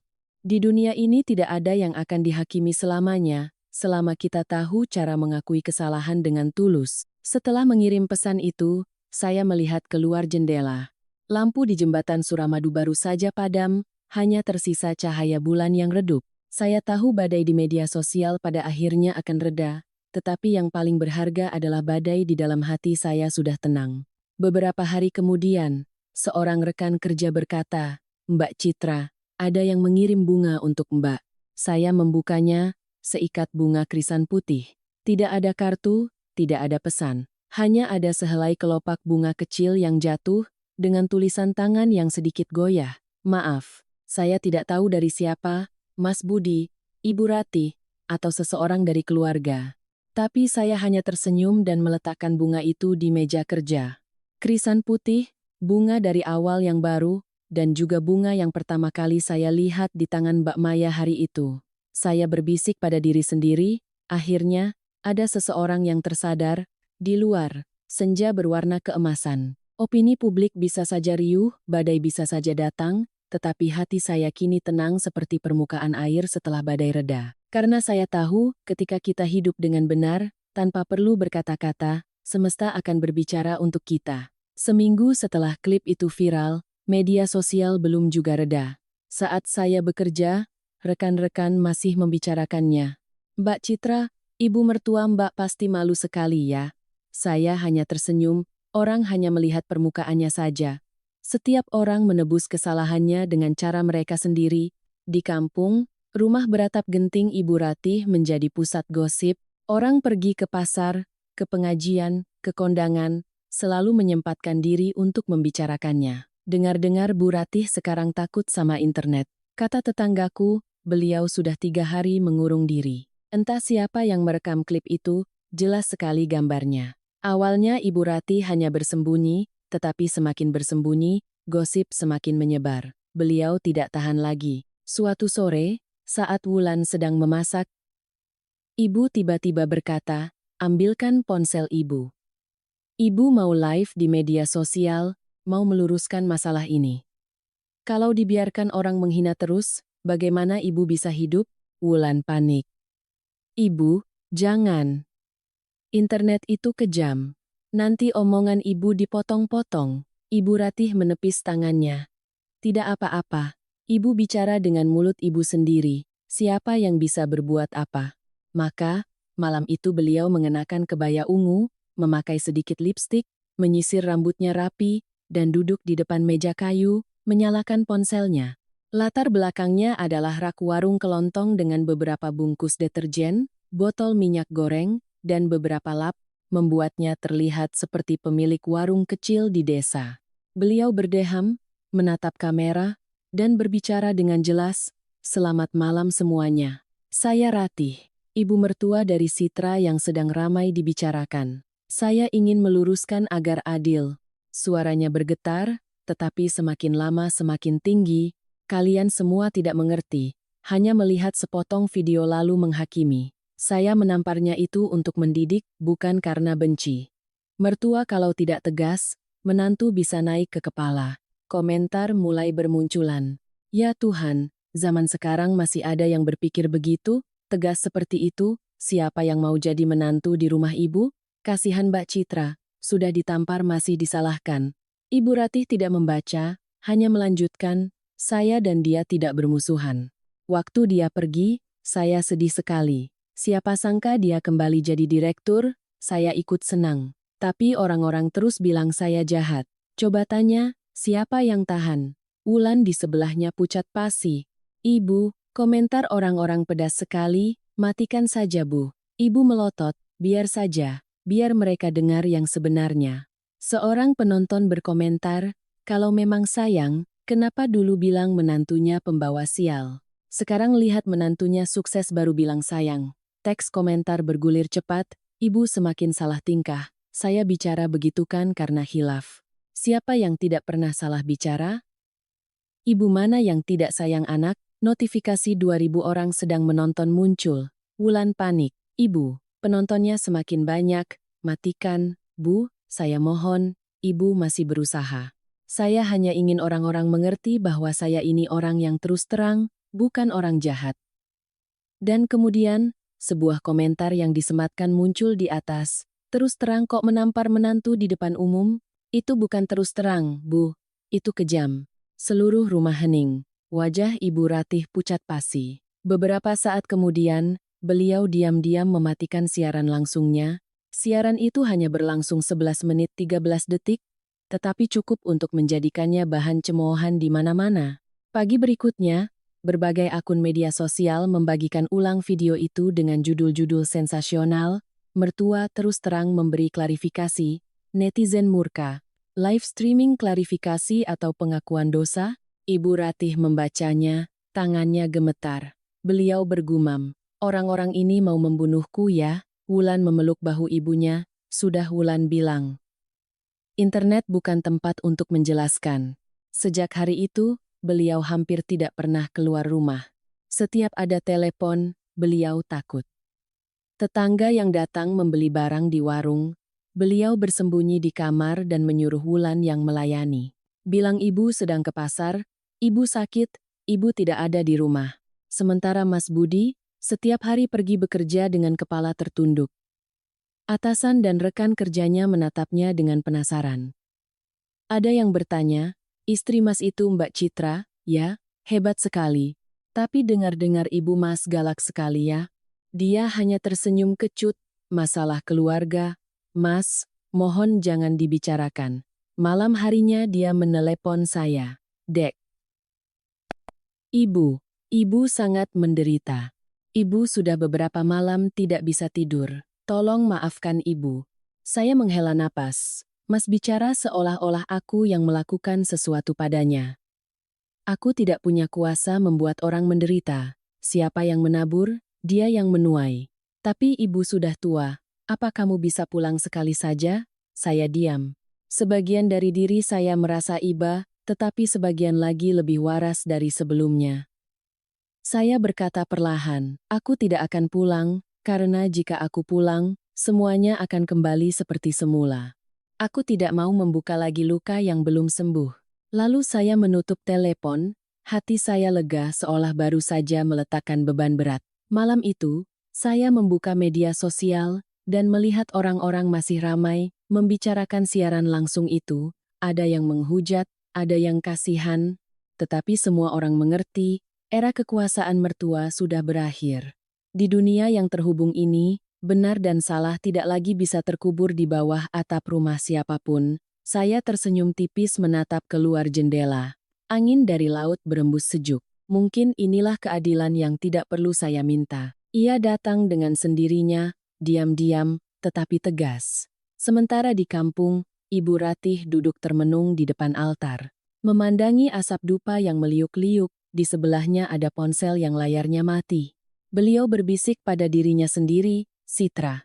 Ibu tidak menyangka, suatu hari ibu akan kalah dari perempuan yang dulu selalu menunduk di hadapan ibu. Angin di teras berembus pelan, abu dupa jatuh, asapnya menyatu dengan kegelapan malam.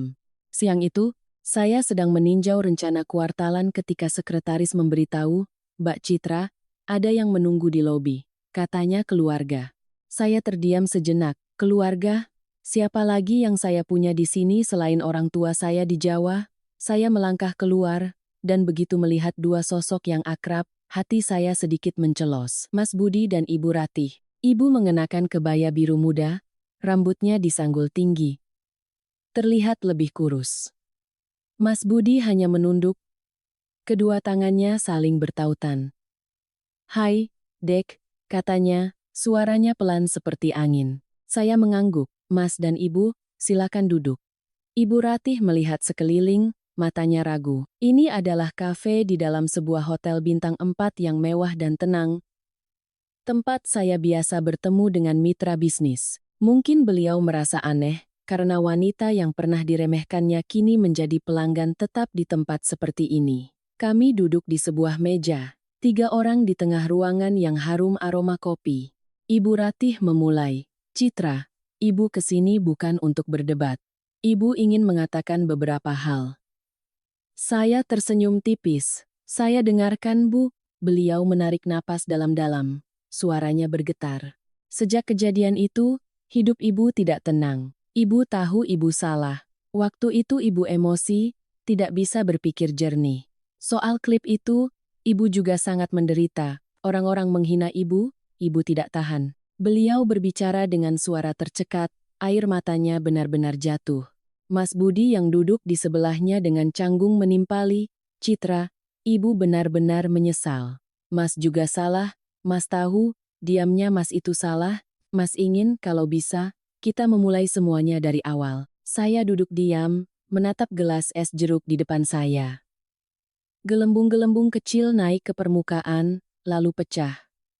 Saya tersenyum tipis, senyum yang sopan namun terasa jauh. "Mas, Bu," kata saya perlahan, "saya sudah tidak marah pada siapapun lagi. Tapi saya tidak bisa kembali."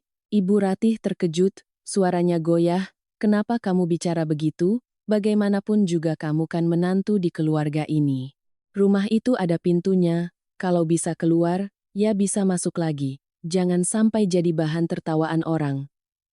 Saya menatapnya, tatapan saya lembut namun tegas. "Bu, saya keluar bukan karena takut dilihat orang, tapi agar saya bisa bernapas. Kalau saya tetap di sana, saya akan mati perlahan setiap hari." Suasana menjadi hening. Musik lembut terdengar sayup-sayup. Mas Budi menunduk, tangannya terkepal erat. "Mas tahu Mas pengecut, tapi Mas benar-benar sayang kamu. Mas mau berubah." Saya sedikit memiringkan badan, membuka tas, dan mengeluarkan setumpuk kertas. Saya meletakkannya di atas meja. Pelan, tetapi suaranya terdengar seperti petir di hati mereka. Surat gugatan cerai. Mas Budi tertegun. Ibu Ratih menatap saya dengan wajah pucat.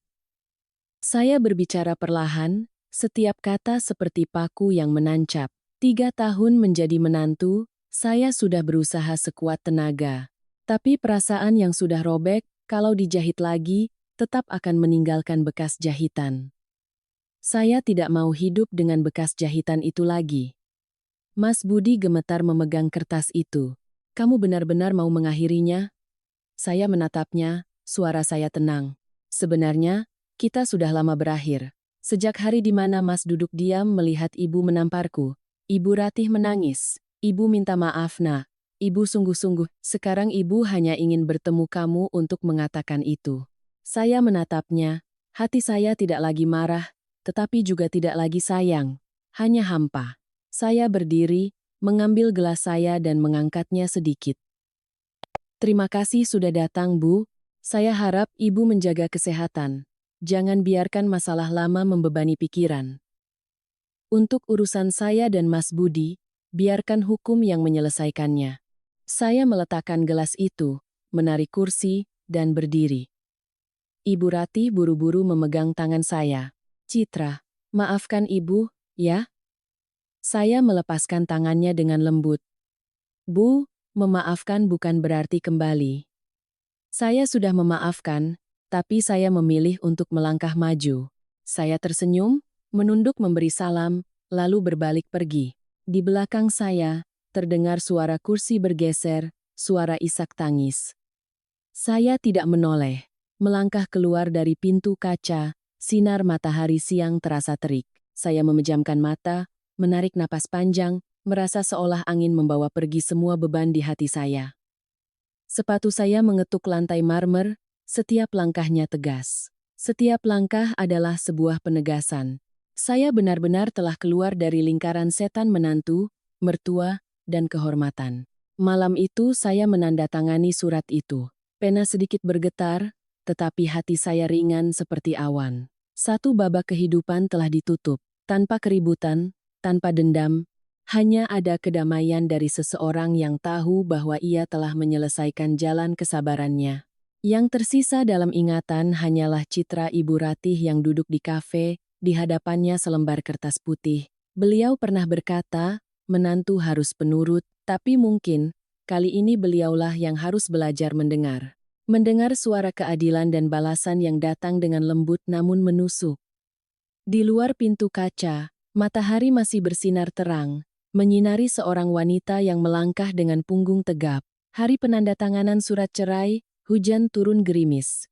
Kota Surabaya tetap sama.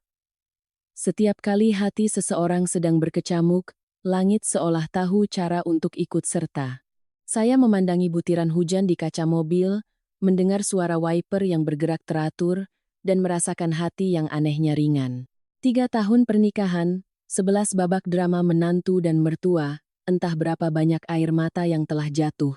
Tapi pagi ini, saya hanya merasa damai. Tidak ada lagi amarah, tidak ada lagi kesedihan. Hanya perasaan seperti baru saja melunasi utang lama. Beban di pundak terasa ringan, siap untuk melangkah maju. Pengadilan agama terletak di sebuah jalan di tepi sungai. Saya datang lebih awal, duduk menunggu di lobi. Seorang petugas perempuan menatap saya dan tersenyum. Mbak kelihatannya tenang sekali.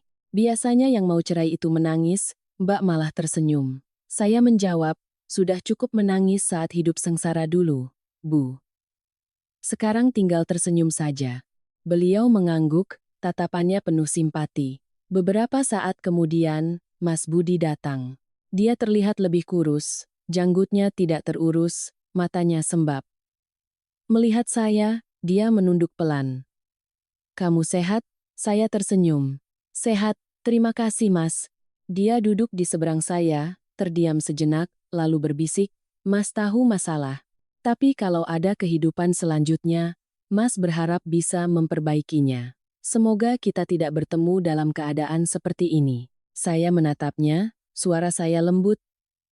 Tidak perlu menunggu kehidupan selanjutnya untuk memperbaiki kesalahan, Mas. Kita hanya perlu berani berubah di kehidupan ini. Seorang petugas memanggil nama kami masuk ke ruang mediasi. Panitera memberikan 2 set berkas, suaranya datar. Silakan Bapak dan Ibu tanda tangan di kolom kesepakatan cerai. Kertas putih, tinta biru. Saya memegang pena, tangan saya sedikit gemetar. Mas Budi menatap saya, matanya seolah ingin menahan, tapi saya tidak membalas tatapannya. Saya menandatanganinya. Goresan pena saya tegas dan jelas, setiap garisnya seolah menarik batas antara dua dunia, yang lama dan yang baru. Suara ujung pena meninggalkan kertas terdengar pelan, tetapi rasanya seperti suara kunci yang menutup seluruh masa lalu. Mas Budi menandatangani setelah saya. Tinta masih basah, dia berbisik, Mas minta maaf untuk yang terakhir kalinya. Saya menjawab, jangan minta maaf lagi. Cukup hiduplah dengan baik. Aku juga berterima kasih padamu. Karena Mas dan Ibu, aku jadi tahu seberapa kuat diriku. Dia menatap saya, tersenyum getir, matanya berkaca-kaca. Saya tahu dia bukan orang jahat, hanya lemah. dan terkadang, kelemahan lebih kejam daripada kejahatan. Keluar dari pengadilan, hujan masih turun rintik-rintik. Saya berjalan di sepanjang trotoar, melihat pepohonan bergoyang ditiup angin. Sehelai daun jatuh ke tangan saya, warnanya kuning layu, lembut seperti kenangan. Saya tersenyum dan melepaskannya terbang. Sorenya saya kembali ke kantor, seluruh tim sedang sibuk rapat proyek, semua tampak ceria. Saya duduk di meja saya, membuka laptop, melihat nama Citra Wulandari, Direktur Keuangan, Greenleaf Group terpampang di layar. 3 tahun lalu, saya pernah bermimpi dikenal dengan nama itu, tapi saat menikah, saya menggantinya menjadi Citra Budi agar terdengar serasi. Sekarang, saya mengambil kembali nama saya. Hidup saya hanya boleh saya serahkan pada diri saya sendiri. Malamnya saya mampir ke warung teh langganan. Pemiliknya yang tua melihat saya dan tersenyum ramah. Sudah lama Mbak jarang ke sini. Sekarang kelihatannya beda sekali, bersinar seperti lampu. Saya bertanya, bersinar karena sudah tidak sedih, atau karena sudah mengerti hidup, Pak? Beliau menuangkan teh dan menjawab perlahan, Mbak tidak sedih lagi karena Mbak sudah mengerti hidup. Kami duduk dalam diam. Di luar, hujan sudah reda, menyisakan aroma tanah basah dan suara kendaraan di kejauhan. Saya menyeruput teh, merasakan pahit di awal lalu manis di ujung tenggorokan, persis seperti hidup, harus melewati pahit dulu baru merasakan manisnya kedamaian. Saya kembali ke kamar, menyalakan lampu kuning, membuka jendela dan memandang ke arah sungai, kota di malam hari gemerlap. Saya memegang surat cerai di tangan, melipatnya, dan menyimpannya di laci. Bukan untuk disembunyikan, tapi untuk ditutup. Menutup satu babak untuk membuka babak baru. Ponsel bergetar. Pesan dari Wulan. Mbak Citra. Ibu titip pesan. Ibu bilang terima kasih Mbak sudah memaafkan. Ibu bilang, bagaimanapun juga, Mbak adalah orang paling baik yang pernah Ibu temui. Saya membaca pesan itu dan tersenyum. Saya tidak membalasnya, tapi dalam hati saya berbisik, Bu, saya sudah memaafkan. Saya hanya berharap Ibu juga belajar memaafkan diri sendiri. Di luar, guntur di akhir musim terdengar sayup-sayup lalu hilang. Saya menutup jendela, mematikan lampu, dan berbaring. Kamar kecil yang sederhana dan sunyi. Untuk pertama kalinya setelah sekian lama, saya tidur nyenyak, tanpa mimpi. Malam itu, saya merasa seperti berdiri di tengah laut. Ombak membasuh kaki dengan lembut, cahaya fajar perlahan terbit, mewarnai seluruh cakrawala. Saya merentangkan tangan, menarik napas dalam-dalam, merasakan udara memenuhi paru-paru. Tidak ada lagi yang menahan, tidak ada lagi yang menghakimi. Hanya ada saya, seorang wanita bebas, yang dengan tangannya sendiri menandatangani surat untuk membuka pintu kehidupannya. 3 bulan setelah hari itu, saya diundang untuk menghadiri konferensi pengusaha wanita Asia Pasifik di Singapura. Undangan itu tertulis dengan jelas, kami ingin Ibu Citra membagikan perjalanannya dalam mengatasi stigma sosial untuk mencapai kesuksesan. Saya membaca surat undangan itu berulang kali, hati saya campur aduk. Kalau dulu, saya pasti akan menolaknya karena takut jadi sorotan, takut ibu mertua bilang perempuan gila hormat, takut suami tidak senang. Tapi sekarang, saya tidak takut pada siapapun kecuali diri saya sendiri. Sore sebelum berangkat, saya mampir ke Pasar Atom untuk membeli beberapa oleh-oleh. Penjualnya tersenyum ramah, Mbak Citra sekarang terkenal. Ya, nonton di TV rasanya ikut bangga. Saya hanya tersenyum, bukan terkenal Bu.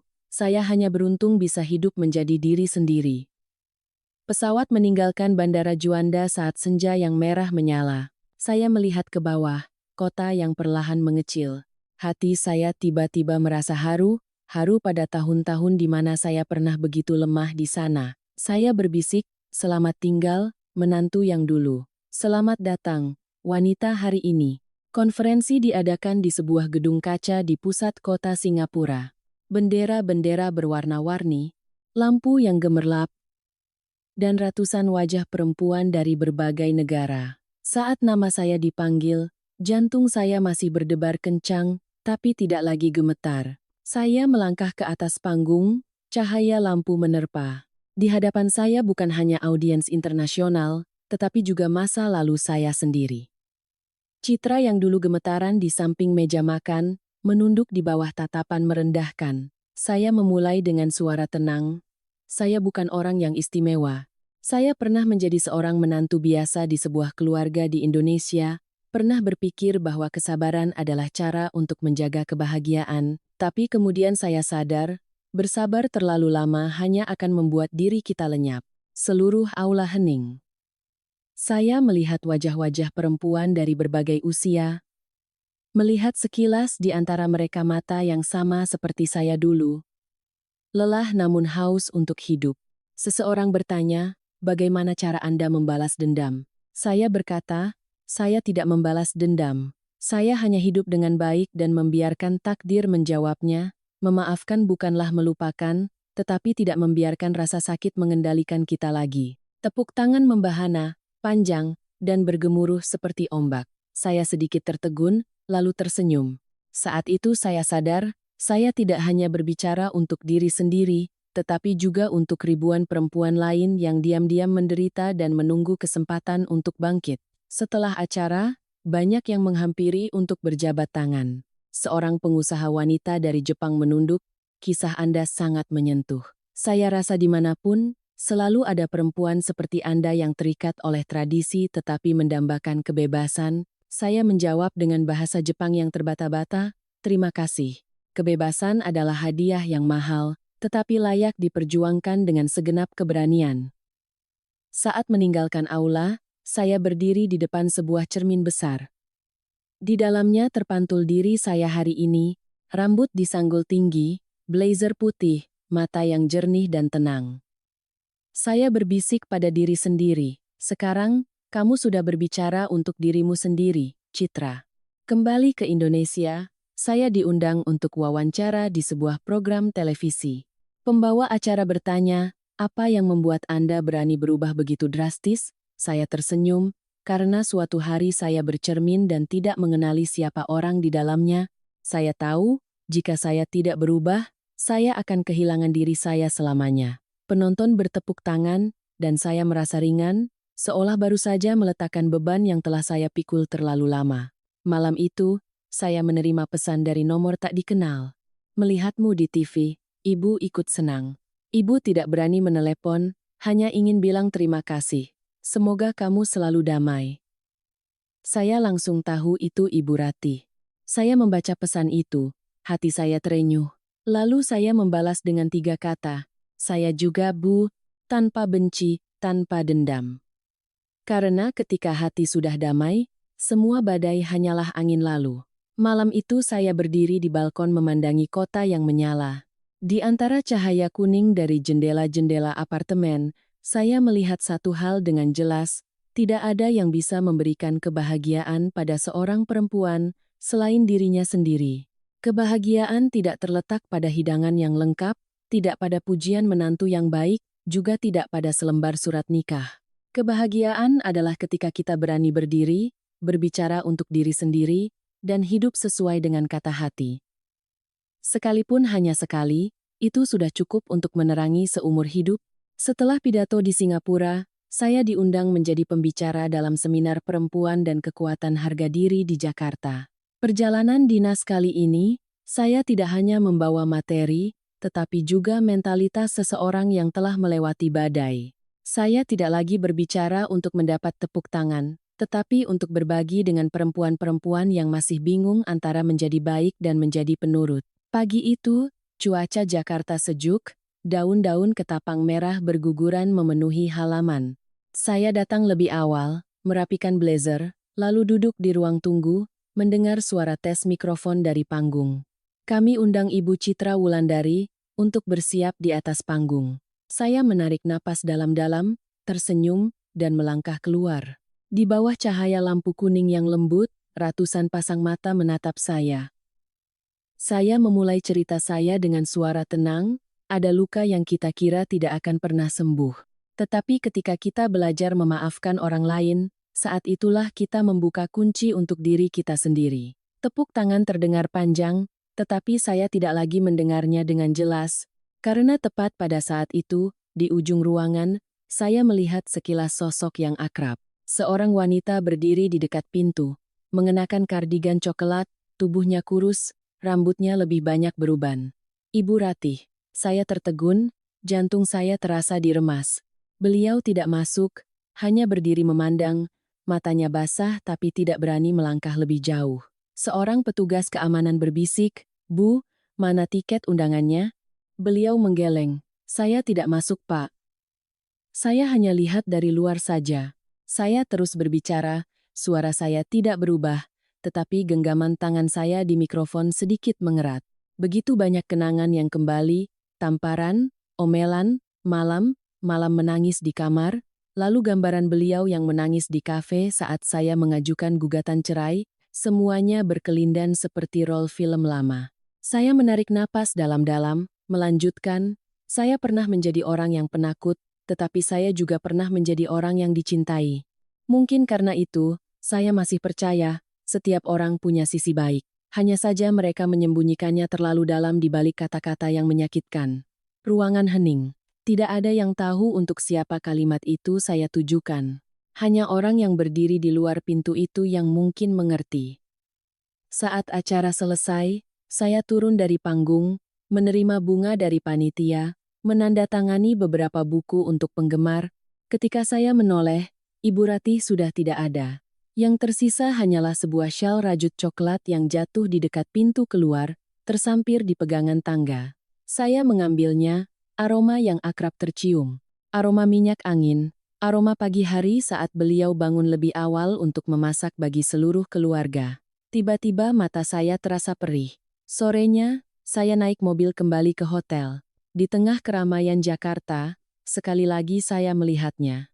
Beliau berdiri di seberang jalan, memeluk tas kain, memandangi mobil saya yang melintas.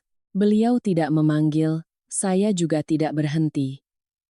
Tetapi pada saat itu, mata kami bertemu. Tidak ada lagi kemarahan, tidak ada lagi dendam. Hanya keheningan, seperti dua orang asing yang pernah berbagi sepotong kehidupan. Malam harinya, saya meletakkan syal itu di atas meja, duduk termenung. Hujan gerimis turun di luar jendela. Saya teringat kata-kata pemilik warung teh. Ada orang yang datang ke hidup kita untuk mengajari kita cara mencintai, ada yang datang untuk mengajari kita cara melepaskan. Ibu Ratih, mungkin, adalah keduanya. Saya menuang secangkir teh, mengangkatnya, dan berbisik, "Bu, saya tidak marah lagi. Saya hanya berharap Ibu tidak menyalahkan diri sendiri terus-menerus. Kita berdua sudah melewati badai. Sekarang, saatnya hidup di tempat yang teduh." Angin di luar jendela meniup tirai, bergerak lembut seolah menjawab, saya duduk di sana untuk waktu yang lama, merasa seolah di kamar kecil ini ada kehangatan yang akrab, bukan sekadar pengampunan, melainkan kedamaian. Dan saya tahu, terkadang orang yang berdiri di luar pintu aula tidak perlu dipanggil namanya. Cukup dengan dilihat, itu sudah menjadi sebuah penyelesaian. Sore di akhir tahun, angin musim hujan datang lebih awal. Langit di Jawa Tengah terasa sejuk. Saya duduk di meja makan di apartemen kecil saya di Surabaya, sambil menyiapkan hidangan dan memandangi hujan di luar jendela. Hujan gerimis membuat pemandangan laut menjadi kabur. Lampu-lampu di kejauhan tampak buram seperti asap. Hari ini adalah hari peringatan kakek buyut. Hari di mana 3 tahun lalu saya pernah ditampar di tengah acara makan yang ramai. Kenangan lama masih utuh, tetapi perasaannya sudah berbeda. Hidangan yang saya siapkan sederhana saja. Ikan bumbu Bali, semangkuk sayur bening, sepiring lalapan, dan semangkuk sambal terasi. Tidak ada yang mewah, tapi cukup rasa dan warna. Saya menuang segelas kecil air putih, lalu berdoa dalam hati, "Eyang, menantu yang dulu sekarang bukan lagi menantu." Tapi saya masih ingat hari ini, karena ini adalah hari di mana saya belajar pelajaran terbesar. Tidak ada yang berhak membuat saya merasa kecil, kecuali saya mengizinkannya. Saya menyalakan dupa dan meletakkan seikat bunga krisan putih di samping meja. Aroma krisan yang samar, aroma kenangan yang ringan seperti asap. Lalu saya duduk untuk makan sendirian. Santai, tanpa omelan, tanpa tatapan curiga. Rasa ikannya pas, sayurnya segar, lalapannya renyah, semuanya biasa saja, tapi kenapa terasa begitu lezat? Pada saat yang sama, di kampung, Ibu Ratih juga menyiapkan hidangan. Rumah beratap genting itu masih sama, hanya saja sekarang lebih sepi.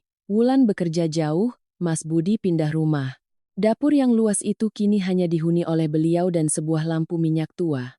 Beliau meletakkan hidangan di tengah halaman, di tempat tamparan itu pernah terjadi, meja penuh dengan lauk, semur daging, opor ayam, ayam goreng, tapi beliau hanya duduk memandang, tidak sanggup menyuap. Suara piring dan sendok beradu ditiup angin, suara hujan rintik-rintik di teras. Beliau sadar, acara selamatan kakek buyut tanpa Citra terasa begitu hampa. Beliau mengambil sepotong ayam. Teringat bagaimana dulu beliau mengambilkan untuk Wulan, anak kesayangannya, sambil mengabaikan menantu yang duduk di ujung tikar. Sekarang, di atas tikar itu hanya ada dirinya sendiri. Radio menyiarkan berita malam. Suara penyiar terdengar perlahan, pengusaha Citra Wulandari, inspirasi bagi perempuan Indonesia, baru saja dinobatkan sebagai salah satu dari 10 tokoh berpengaruh positif tahun ini, sumpit di tangan ibu jatuh ke tikar. Beliau mengangkat kepala, menatap layar TV tua di mana foto saya sedang tersenyum di tengah aula yang terang benderang. Saya mengenakan kebaya putih, berbicara tentang ketangguhan dan pengampunan.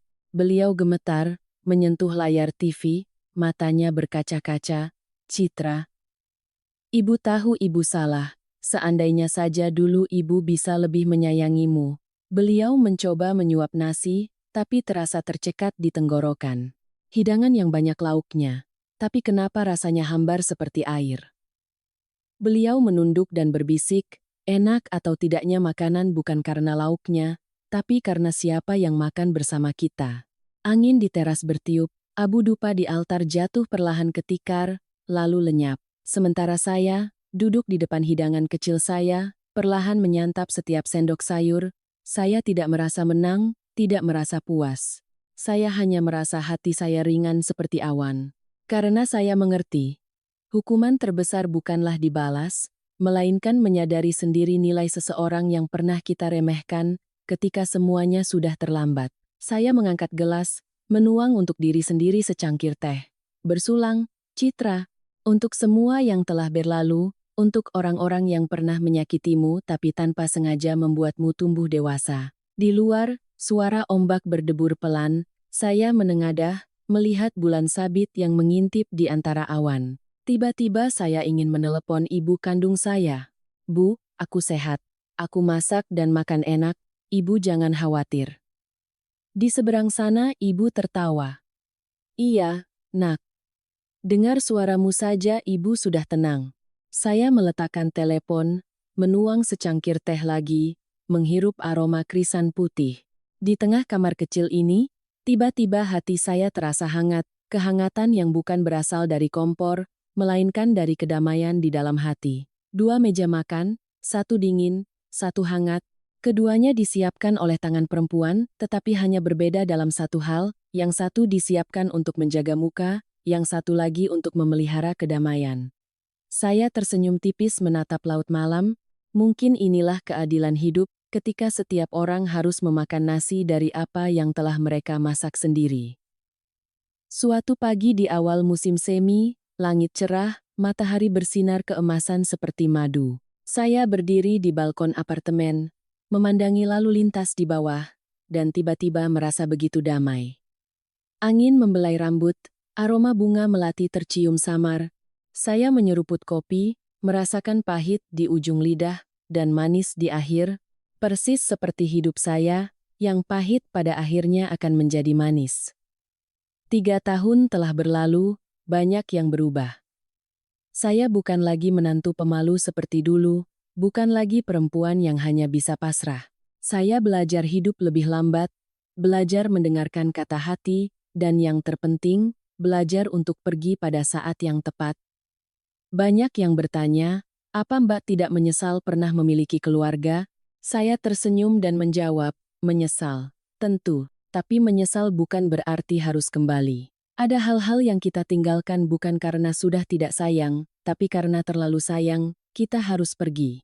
Saya meninggalkan rumah mertua bukan karena dendam, tapi karena takut diri saya sendiri akan lenyap. Saya memilih bercerai bukan untuk menang, tapi agar kedua belah pihak bisa sama-sama kalah dengan damai. Dan saya memilih diam, karena terkadang kata-kata tidak bisa menyembuhkan luka. Hanya waktu dan ketenangan hati yang bisa. Kini, saya masih bekerja setiap hari, masih makan sendirian, masih mendengarkan lagu-lagu lama. Tapi semuanya terasa berbeda. Bukan lagi kesepian, melainkan kebebasan. Bukan lagi rasa sakit, melainkan rasa syukur. Karena jika tidak pernah merasakan sakit, saya tidak akan pernah tahu betapa berharganya kedamaian. Suatu sore, saya menerima sebuah paket dari kampung. Di dalamnya ada syal rajut coklat yang sudah usang, bersama secarik kertas kecil dengan tulisan tangan yang gemetar. Citra, ibu tahu, ibu banyak salah, ibu tidak berani berharap kamu pulang, hanya berharap kamu tidak membenci ibu lagi. Semoga kamu hidup bahagia, ibu. Saya membacanya berulang kali, air mata menggenang. Bukan air mata kemarahan, tapi air mata simpati. Saya melipat kertas itu, meletakkannya di altar kecil saya, dan menyalakan sebatang dupa. Bu, saya tidak pernah membenci ibu. Saya hanya berharap ibu sehat dan hidup damai, seperti yang sedang saya jalani. Asap dupa mengepul lembut, seolah menjadi benang yang menghubungkan dua jiwa yang pernah saling melukai, kini telah berdamai. Malam itu, saya pergi ke pantai. Ombak berdebur pelan, langit begitu luas. Saya berjalan tanpa alas kaki di atas pasir basah, merasakan setiap deburan ombak seperti detak jantung kehidupan. Di kejauhan, cahaya bulan terpantul di permukaan air, berkilauan seperti ribuan bunga yang mengapung. Saya berbisik pada diri sendiri, tidak semua yang pergi itu untuk melupakan. Ada yang pergi untuk belajar mencintai diri sendiri, mencintai kehidupan, dan bahkan mencintai mereka yang pernah melukai kita. Saya menengadah dan tersenyum. Hidup ini pada akhirnya bukan tentang menang atau kalah, hanya tentang siapa yang tahu kapan harus berhenti untuk menjaga kewarasan hatinya. Saya pernah takut, pernah lemah, pernah menangis hingga air mata kering. Tapi sekarang, saya merasa semua itu berharga. Karena saya telah berani melangkah keluar dari kegelapan dan menemukan cahaya di dalam diri saya sendiri. Di kampung, Ibu Ratih menyiapkan hidangan sederhana, hanya beberapa masakan sayur. Di atas altar, foto kakek buyut masih samar dalam asap dupa. Beliau berdoa pelan, "Eyang, berkat Eyang, mata hati saya terbuka. Dulu saya salah, mulut saya jahat. Sekarang saya mengerti, menyayangi menantu sama dengan menyayangi berkah keluarga sendiri." Beliau menangkupkan tangan, air mata jatuh, tetapi bibirnya tersenyum tipis. Mungkin setiap orang harus menempuh perjalanan yang jauh untuk menyadari hal yang paling sederhana. Baik bukanlah pasrah, melainkan tahu cara melepaskan hal-hal yang membuat kita bukan lagi menjadi diri kita. Saya kembali menatap apartemen saya yang terang benderang, meletakkan cangkir teh di dekat jendela, dan berbisik, "Terima kasih, hidup, karena pada akhirnya, aku mengerti. Pergi bukanlah kehilangan, melainkan sebuah cara untuk mencintai diri sendiri, dan mencintai mereka yang telah membuatku dewasa." Di langit, bulan bersinar keemasan. Saya menutup jendela dan tersenyum. Senyum yang ringan, seolah baru saja membungkus seluruh masa lalu yang penuh badai. Jika Anda merasa cerita ini menarik dan bermakna, silakan tinggalkan suka atau bagikan perasaan Anda di bawah ini. Terima kasih Bapak, Ibu, Kakak, dan adik sekalian telah mendengarkan hingga akhir. Kisah meninggalkan adalah sebuah tindakan cinta.